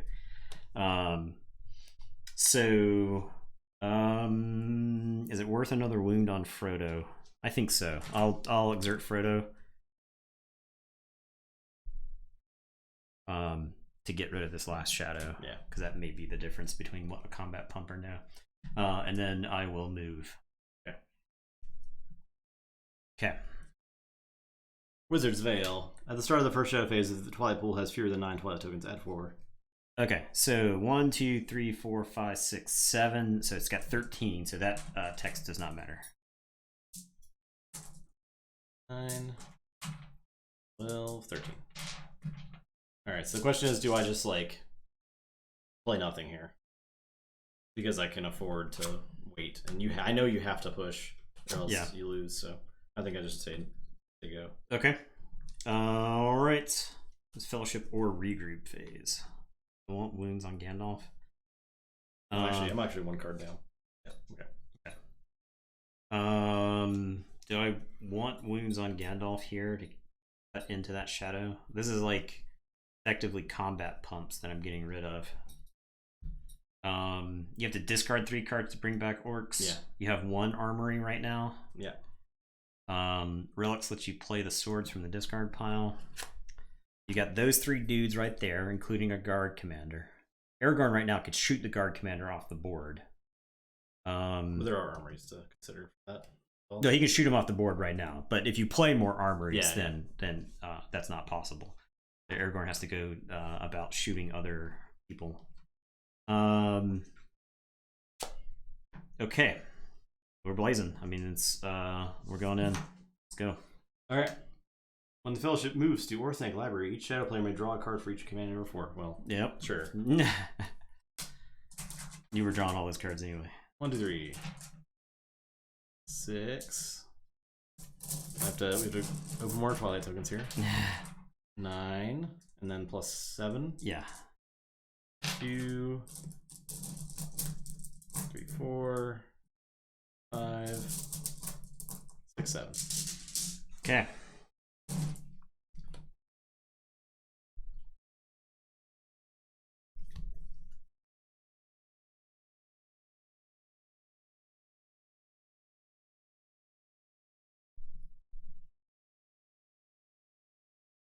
I just play. Oh yeah, okay. yeah. I don't use any actions. No action. I mean, okay. Yes, just right into the shadow. So I'll just go for here first.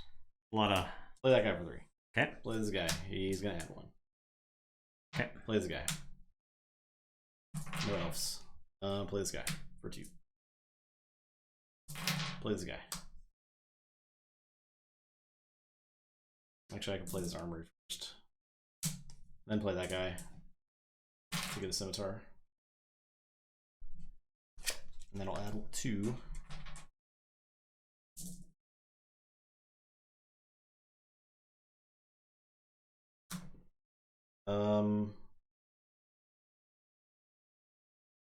I can actually break even when I play possession, so I can play all my scimitars this turn. I'll go ahead and discard 3 cards to play another guy.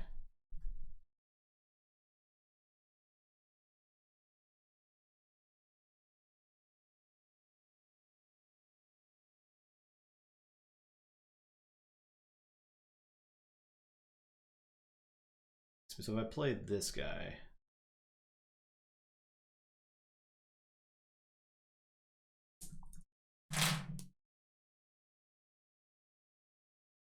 scimitar, and I'll add 2.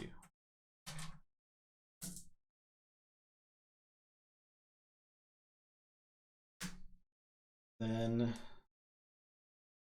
I discard 3 more.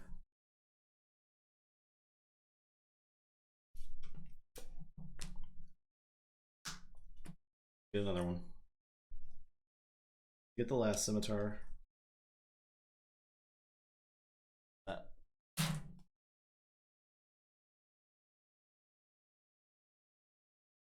Not the last one. There's one more. But I can play that one. So I'll remove 2 to play scimitar from my discard pile, and then I'll get into 2.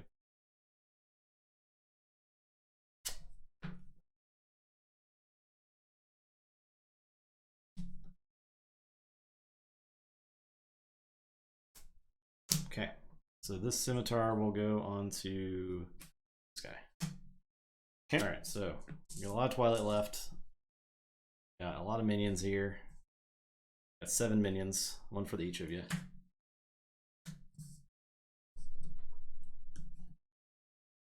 Okay. Archery phase? Yes. Aragorn is going to shoot this scavenger for 1. Okay.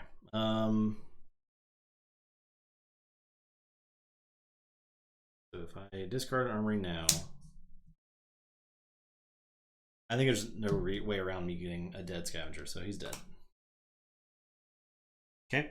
Aragorn is going to shoot. Or do I have to save all my characters somehow for to win the game? Yeah, because I can't like skirmish Frodo unless all my characters are alive. Yeah. So I have to discard an armory there. Okay. Aragorn is going to shoot that scavenger again. Okay, so I have to discard an armory there. And then Aragorn is going to shoot that scavenger one last time. Okay. Okay. And you basically win the game, but yeah. We'll play all those guys, yeah. You will actually murder all of my people, right? Yeah, I think so. So it'll because I'm not damage plus, so it'll just like be a lot of wounds. Yeah. Well, you can overwhelm. Yeah, I think you can overwhelm them. Is the thing. So guard commander is going to go to Boromir. This goblin scavenger is going to go to Pippin. Goblin runner is going to go to Aragorn. This goblin scavenger is going to go to Eowyn. Moria scout's going to go to Gandalf. Moria scout's going to go to Gimli. Gimli probably lives. Yeah, probably. Okay, so we will do the guard commander first. Okay. So this Boromir cannot be overwhelmed unless his strength is tripled. So he's definitely fine. Yeah. So anything? No.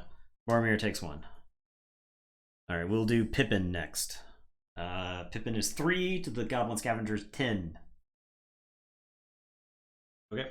Pippin is dead. He's dead. And then we will do Aragorn.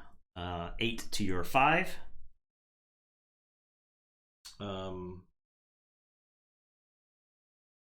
So 5 I would need to pump. How's it going, Titan's Oak?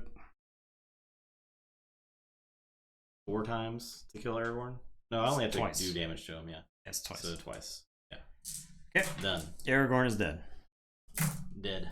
My Aragorn lives. Just saying. Okay. Gandalf.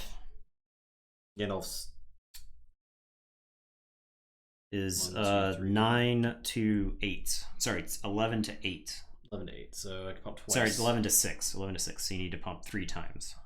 Question is, can I kill Eowyn? No, she's armor. Oh, because I would have to get 18. Yeah. Good if I spend all these, so I'll let this guy. Okay, it's a Gandalf. Okay. Justin's deciding to fridge Eowyn over here. Eowyn? It's 9. Oh god, Eowyn, no. She drugged Frodo. She strapped Frodo to the back of that horse. Shanked by a very disgusting blade. And then Gimli murders that guy. Yep. And then Frodo dunks the ring right across the finish line. Yeah. And you would have won on the next turn. So that game was literally a wound away from being won or lost, right? Because if you get 1 minion onto Frodo, because I could just pump all the Twilight into that guy. Yeah. Yep. It was pretty close. It was closer ended up being close. It was gonna be. Yeah, right. That's the fact that half your deck is minion stuff and half your deck is good stuff. You got some free pushes there in the middle because I had drawn into a bunch of my Fellowship stuff at the time. So despite it looking bad, their card is so rough. Yeah, oh my god. They were the best minion side for a long time in the game, in my opinion. Moria was really good too. There was a card that we did not play. I think Moria was better when it was just the first run of sets instead of once Uruk-hai got better, Moria was like way overshadowed. Yeah. Well, the Moria once Fellowship got way better too. Moria stopped getting stuff. Yeah, they stopped getting any cards because it was like based like they wanted it to be accurate, so it was based off of the movies. What was in the movies? So they which is the problem with printing a set of goblins that are an entire faction based around literally like 30 minutes of a movie.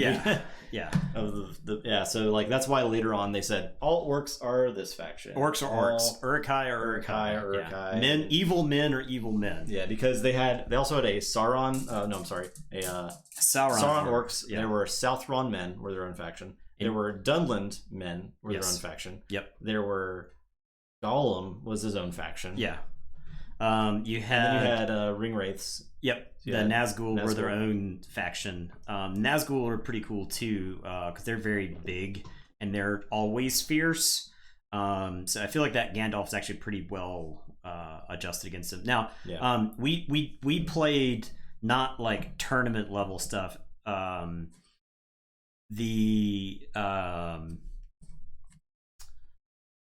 was gonna say the thing that makes this deck better. There's like these orcs or these Uruk-hai that get more powerful if they're dead allies, and you're not bound to play just one faction, right? A lot of tournament sides, almost everybody played this one Nazgul who exerts to wound a guy, right? You could spot 6 companions, and he was essentially the make your opponent play fair. He was like you check your opponent kind of thing. Yeah, he would check your opponent.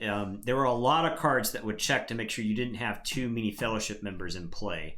I had some in here, but those were just the way the cards were printed. But like Nazgul had the one guy who he had 4 wounds. He cost like 4, so he was like super cost effective. Maneuver phase action too, so you could just burn someone down in the maneuver phase if your opponent had played too many guys. Yeah, he killed Legolas like all the time if you screwed up and played too many people. So yeah, Legolas was just ripperoni. Yeah, that was it. And there was also Grima who would like discard all possessions if you had more than like 3 different races or something. There were 2 Grimas that were printed that were pretty egregious. The first Grima, you exerted him and you spotted 3 possessions on somebody to return all of the possessions to their hand. Yeah, that's pretty rough. So that's really bad because it clogs your hand because you can only discard one of them. You just had 3 cards put into your hand. And then the other Grima was you could spot Farmir is good. Yeah, there's some good Farmir. 4 or more actions He could spot 4 or more factions among the companions and bounce somebody. And so what that did is it forced you to play basically 2 types. Yeah. Because your Hobbit counted as 1. You're always gonna have a Hobbit. So you always had a Hobbit because of Frodo. Yeah. So you choose like Men and Elves or Rohan, Gandalf, or whatever. Yeah, exactly. That I hated that Grima. I think that Grima just like limited what you could play. That's like where you get down into the core design flaws of the game. Is that you can just play any faction with any faction. Maybe there should have been a cost associated with like your core, kind of like most games do today. Also, the way they would nerf things that like change the meta would be they would print a card that just attacks the meta. Yeah, that was something interesting. That was pretty standard Decipher philosophy, because they didn't want to outright ban cards, because they never wanted you to open a pack and have a card that you couldn't play. Yeah, because they're like, for somebody who let's say it's like a 11-year-old kid who's playing the game. He saves up his allowance. He goes to the store. He buys a pack. He opens it. There's a card in there he can't play. Yeah, that's lame. Right. So they did end up banning stuff, but yeah. Well, with the X list and whatnot. So yeah, I think that So what this game does well, the double asynchronous play, very good. The risk reward play, very good. The power level of cards is wildly varying among rarities. Let's count the number of rares that are in these decks. It's a lot. So that's and rare. Like Moria Orcs are mostly common, but I think most of the minion side in there is probably rare. It took us a lot. It took us our entire Friends collection plus a good amount of Nathan's collection to make 2 decks that we felt were okay. Rare starter deck only. So you need like just so many rares to make a deck that feels like it flows. I mean, I remember my friend and I had bought 2 or 3 boxes of Gen Con, and like we opened them and we were like, we don't have anything we can really put together that would feel good to play. So that's another problem with this game, is just so rare heavy. And I remember back in the day when we played it, you had one deck that you played, and you had to trade everything you opened to get all the cards you wanted for that one deck. It's not like a deck. It's not a game where you could just own everything. Okay, so this Aragorn was starter deck only, which is cool. I like good. This Aragorn was a really good Aragorn. It's now a DBH store. Also, I do need to make. I will make a card game Necromancy shirt because I do like this look. So I think this is good because this Aragorn was very playable, and he was in the starter deck. So the card that you got that you wanted to play, or that was very, very playable, you could get in a starter deck. Now that's about it. Let's see. This deck is over half rare. This is the Decipher TCG, yes. 3-5. We have finished playing the game. 10, and we were talking about the design philosophies and 10, such with the game before we close it out.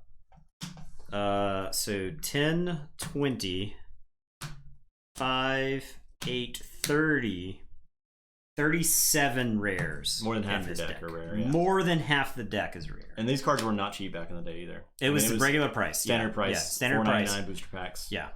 Yeah, I think it was 15 cards in a pack. I think. So another thing that's good about the game is card design, like layout. Yes, it just feels good. Like everything's in a decent place. You understand. I like that the minions and the Fellowship, they all have the same stats. Yeah. You look at a guy, you know the comparative stats.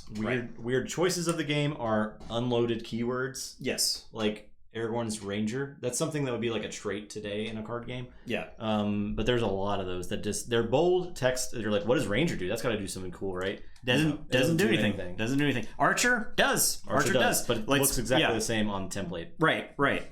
So damage +1, that makes sense. Yeah. The guy does +1 damage. Ring Bearer, resistance 10. Yep. That kind of makes sense.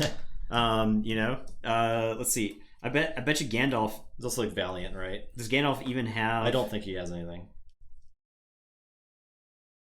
Yeah. Okay. So he is companion wizard, and you would have cards that would say spot a wizard to do a thing. And Gandalf was the only wizard in the game forever. Right. I think they eventually printed like a Radagast or something later on. Yeah. So like this Gandalf wizard is up there in the text, and that could easily be in bold, like it serves the same purpose as Ranger. Yeah, really. Right.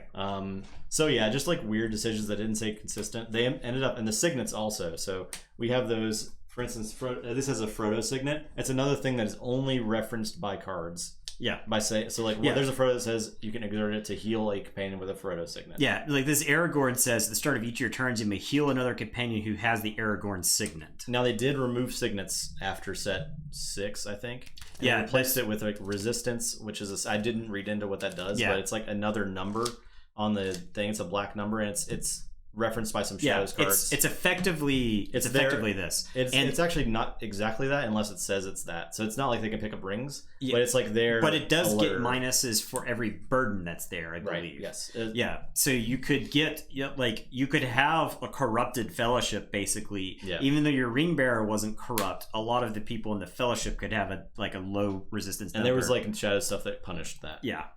So it was like another thing that you had to juggle. So yeah, it's a great game. I'd recommend it if you can get your hands on cards, but like I said, it was just so hard for us to build the decks for this, and we spent like 2 hours deck building also last night. Yeah. To get these together. I was like thinking that it was going to be relatively easy to put this together. I was thinking the same thing until I started diving into it. Yeah, and I was like, man, how am I going to get this? It's not exactly right kind of thing. And I would go back and rebuild part of it. I rebuilt part of this before the stream started. I swapped out Gandalf's basically. I changed which Gandalf was in here. So that was a good call for that Gandalf, I think. Yeah. This Gandalf was not hidden. It's too much control for the shadow player to be able to turn him off. So yeah, that's kind of a bummer. You have to have the actions ready to go. Yeah, which I didn't all the time. Yeah. So yeah, that was there you go. Fun. Yeah, it was a blast from the past. It was I could feel. It was like it didn't leave me. The skills to play this game didn't leave me. It's a simple game too. It's really not that difficult, and it plays great. I want to see more games. We took a long time because we were explaining it, but I would say relatively quickly. A game of it wouldn't last much. It's longer usually than about an hour. Yeah. I would like to see more games in that style where you're playing two synchronous games. I think Star Wars, there's design space for that. Yeah, where you shuffle dark side and light side together. There's gotta be. Yeah. I mean, it's just an idea that hasn't really been done again since this game. Right. And that's surprising. This game came out 20 years ago. Yeah. 19 years ago. Well, but still. Yeah. Yeah, close enough to 20, right? I mean, it's got a lot to love. The sites were cool. Yeah. I made a terrible decision in one of my sites, which maybe cost me the game. Yeah, it could have. Yeah, because you could have done a lot of damage to me. I was able to just stop there and not have to worry about it. And then by that point, the game was... The path of the game was decided. Yes. Because of that place. So that was terrible. I didn't read that card before putting it in my deck. I was just like, I need a site out here. Now, interestingly, had you bid and you had gone first, then the game is different because you're moving into my sites the whole game. Yeah. So that's another strategy to going first is, do you want to use your sites most of the time? Then you want to go second. Yeah. And at some point leapfrog them, basically. Right. So a lot of I had this one right here. It's like, when the fellowship moves to King's Room without a Rohan companion, each unbound companion must exert. My God. It's just a bunch of free wounds on your dudes. Jeez. You know? Yeah. Okay. This one is like, if you're mounted minion. So I played this one because it was 8 up here instead of the 6 or whatever. But this is really for like the War Rider. Yeah. One. And then this last one is lets me play Saruman from my discard pile. That's super good, yeah. So as a guaranteed Saruman on side 9, I would have been cracked all over. Yeah, I would have so many Uruk-hai. The Uruk-hai would have just like torn you to shreds. Yeah. If I had remembered this, I may have just held, but I did because you would have had to have double moved. Yeah, I would have had to push into that, and you would have had all those guys. I would have had the guys plus Saruman. So that's fair. Yeah. Okay. So there you go. Next week on. Are you ready to announce what it is? I don't know if I'm ready to announce it. Okay. Because I'm waiting for some more stuff. So we will make an announcement sometime during the week. But we've got... coming soon on... I was going to say, we can tease some other stuff. Because I feel like the announcement of the one game, I think we have to deliver it perfectly. Yeah. 7th Sea. Okay. Found a box of starters for 7th Sea. So 7th Sea, if you don't know what it is... both players are pirate ships basically, and you're sailing around, and you've got like objectives you got to do. It's a game that has multiple win conditions, Okay. And one of the win conditions is just like sink the opponent's boat. But you can like ignore the opponent's boat and go around and just do like a bunch of quests stuff. All right. That sounds great. And it's like it's basically, it's actually probably closer to historical fiction than like say something like Pirates of the Caribbean is, because despite you having magic and whatnot, it's like there weren't as many pirates as like movies would lead you to believe. Most ships were like belonged to some sort of nation. Right. Most of the factions in this game are like ships from different factions. So you have like a Spanish dude, you have like a French ship, you've got you do have pirates, but you have like an exploration society, like they're out there trying to settle and stuff like that. So this 7th for people who haven't looked at that franchise, because it was never like caught on the way it probably should have. 7th is an interesting setting. I've never really like dug into it outside of like playing the game 20 years ago. But I do think it is a really cool card game. So 7th is coming up. Sounds cool. I've never played it, so I'm excited to learn that as well. So we also have a Warhammer Invasion LCG. That's probably one of the newer games. As far as like, we'll probably get newer than that. We want to play Star Wars LCG, but Warhammer Invasion came out before that. It's really cool. It's essentially you have different zones that you're defending. You have like an attack zone, you have a kingdom zone, which is like your resources, and you have a zone that controls cards you draw. So depending on where you play units, like if you play a certain amount of power of units in your card draw zone, you draw more cards a turn, and more in your resource zone, you draw more resources a turn. So you have to balance what you're doing. You have to destroy 2 of your opponent's 3 zones to win the game. You can only attack from your attack zone, obviously, but the guys that are in other zones can defend those zones. So it's sort of a balance between attack and defense. It's really cool. Plus it's Warhammer, so that's always fun. Fun franchise. Yeah, and I got just the core set, and it has 4 playable decks in the core set. Yeah, of 4 different factions. We played the core set a decent amount. Yeah, it's solid. I think it's relatively well balanced for a core set. I would say there's also a draft like built into the core set, which is pretty cool. It's a 2-player draft. Yeah, so we're thinking for Warhammer Invasion Night, we'll probably play Constructed and then maybe do a draft game depending on how fast it goes. Because Warhammer Invasion, I think, plays much faster. I remember being pretty violent. Yeah, it was like the games are just over. Yeah. We also have a bunch of random assortments of games, so that I'm not sure we'll play all of them, but we'll get through as many as possible. Like Mega Man, we have Naruto. Yeah. If you want to, Anime Night. Some Naruto. We'll wear some headbands for you filthy weebs. We have for all your Dragon Ball Z in the same vein. I love Dragon Ball Z. Don't get me wrong. Yeah, I love to scream at the top of my lungs. I detest Dragon Ball Z because he's wrong.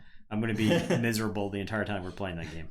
I'll be like, I'm just gonna be like, are you serious? He's still doing this? Did you see the TikTok of the guy who was doing this? Like, when you're the villain, you have to wait for Sailor Moon to transform. No. Oh god, it's so good. It's like he plays like the clip from Sailor Moon, and it's like when you're the villain, and it like goes to his face, and it's just his face. He's just sitting there, and just like flashing lights, coloring. And there's like music playing in the background. And he's just kind of like. Yeah, it'll be exactly like that. We have Anachronism. So historical battles between your favorite historical figures. Yeah, so that game, Anachronism, is hilarious because it is not really a card game. No, it is a board game. It's like a tabletop game. It is a board game. It was marketed as a card game, sort of. It was also like the cards are thick. They feel you don't shuffle. Everything there is. You roll dice, I believe, in that game, but everything else in that game is determined before you take the first turn. Basically, there's some like a setup. There's a bunch of setup. Game. There's a bunch of positioning that happens during the game. Yeah, and I can't wait to tell you about the hilarious combo in that game that involves, but is not limited to. Greco-Roman wrestling and ninja stars. So yeah, that sounds pretty fun. I never played that when I was out either. It was one of those things that I wanted to play, but the packs were really expensive and I was broke at the time. Yeah, because it's like very well produced. That game it didn't last long, but I think probably because it wasn't making enough money because it was so much money was pumped. I want to say there was some sort of scheme that happened. I think we need to actually investigate that. I think we actually need to investigate it because I want to say I read about it later and I was like, wow. That is something. It's one of those in the back of my mind. I've always been like, that game flared out hilariously because of something else. Okay, so interesting. We'll find out. What else do we have? I know there was a few more. The Star Wars CCG. Yeah, we need to get into that. So that the first one. That was a game I tried to learn like 5 times, and I just my brain could not grasp it. Yeah. But we'll see. We got that one. We got that one on deck. I have 2 decks. I found 2 constructed decks that should actually interact with each other. One of the big problems with the Star Wars CCG is that depending on the type of deck you built and the type of deck your opponent built, you just never looked at each other. Yeah. You could build let's play your own games of solitaire. You could take the walkers from Hoth, right, as the dark side, and you could use them to control parts of Cloud City. Okay? Okay. And then your opponent could be playing the Rebel fleet, and you're trying to take over space systems, and you never met. Because the starfighters never came down to Cloud City, and the walkers never went to space because that's not the way they work. Yeah. So yeah. The deck. WoW TCG. Oh yeah. Which is just a super simple game. I ordered 5 starter decks for relatively cheap, so we'll probably play those against each other a few times. Yeah. It's a game that is Magic. Yeah. I would say slightly improved upon as far as how Magic can function in paper cards. Yeah. There's a lot of influence that went directly into Hearthstone. There's a lot of art that went directly into Hearthstone from the WoW TCG. There's a lot to like about the WoW TCG. Yeah, it was really good for a long time. Yeah. Really good game. So it's solid. It'll be a fun night. It won't be very complicated. No. You'll get the rules in about 5 seconds. If you know how to play Magic, you know how to play the Magic or Hearthstone. Yeah. So it's good. It's very good. And yeah, I think it's it for previews for the most part. Yeah. There's other stuff we can dig up to. I do have when we do Star Wars, I want to follow it up with the Wars TCG. Yeah. Okay. Which was the Decipher's attempt to resurrect the Star Wars card game mechanics without the IP. Didn't last long. Lasted for 2 sets, I believe. It's not very long. So we also have Star Wars LCG and Conquest. Yeah. Warhammer Conquest. 40k Conquest. So yeah, a lot of stuff on the docket. A lot of Star Wars games. A lot of Warhammer Universe games. Yeah. A lot of Animu games. Yep. Might have some Magi Nation in there. Oh yeah, Magi Nation. Might have some Magi Nation there. Warhammer Conquest. So. I was so hyped about that game. I never at the time it came out, I wasn't able to play games enough. I wasn't able to play tabletop games enough. Nathan wasn't living with me yet. That's the real problem. Is that we couldn't stream it every night. I played a lot of that game. Yeah, because you were still living 45 minutes away. Yeah. So I never had anyone to play with. Some of my first content creation experience came with that game. I don't even think you can find the podcast episodes online. I don't think they're hosted online anywhere, but I talked about that game with a buddy of mine, John, and we did a podcast that we recorded in a friend's garage. It was a lot of fun. So yeah, that was the first time I guess I did it. I was on I think all of these are still out there, but I was on a War Machine podcast for quite some time, for not quite a year, but for quite some time. So as well, called Rage Quit Radio. I think they rebranded. That's a good name. Yeah. They rebranded to, I think, just a generic games podcast. After Rage Quit Radio that's a fine name for anything, right? Yeah, it's a good name. Yeah. It was good. It was the guy who, I would say the host of it, he spent a lot of time editing it and polishing it up and stuff like that. It's much more than we do for YouTube. Oh yeah. Yeah. I'm much too lazy for that. All right, well, I think that's it. That's it for your card game Necromancy Lord of the Rings. Yeah. Hope you guys enjoyed. We may revisit. We're talking about possibly revisiting games when we clean up decks, or just to try out different strategies in these old games. There could be a night where card game Necromancy we play 2 games of 2 different games. Might do once we learn stuff. Yeah, card game Necromancy Redux. Because we really like Lord of the Rings and we want to go back to it. And there's so much more in the game to look at. There's so many other like minion sides. The Fellowship sides don't change too wildly. Fellowships that would be one of my biggest complaints about this game is how little the Fellowship sides actually changed. It all felt mostly the same. Yeah. But the minion sides were way different. They were well done for the most part at the start of the game. Yeah, I would agree. So we might like to do that and do some more of other games that are yet to be talked about. All right. Yeah, so that's it. We're done. Actually done this time. Actually done. Goodbye. Everyone have a great night. Yep. Have a great weekend. We'll see you Sunday for more March Madness. Yep. March Madness. We'll be back then. Is it top 4 now? No, it's not. Top 8. Top 8. Yeah.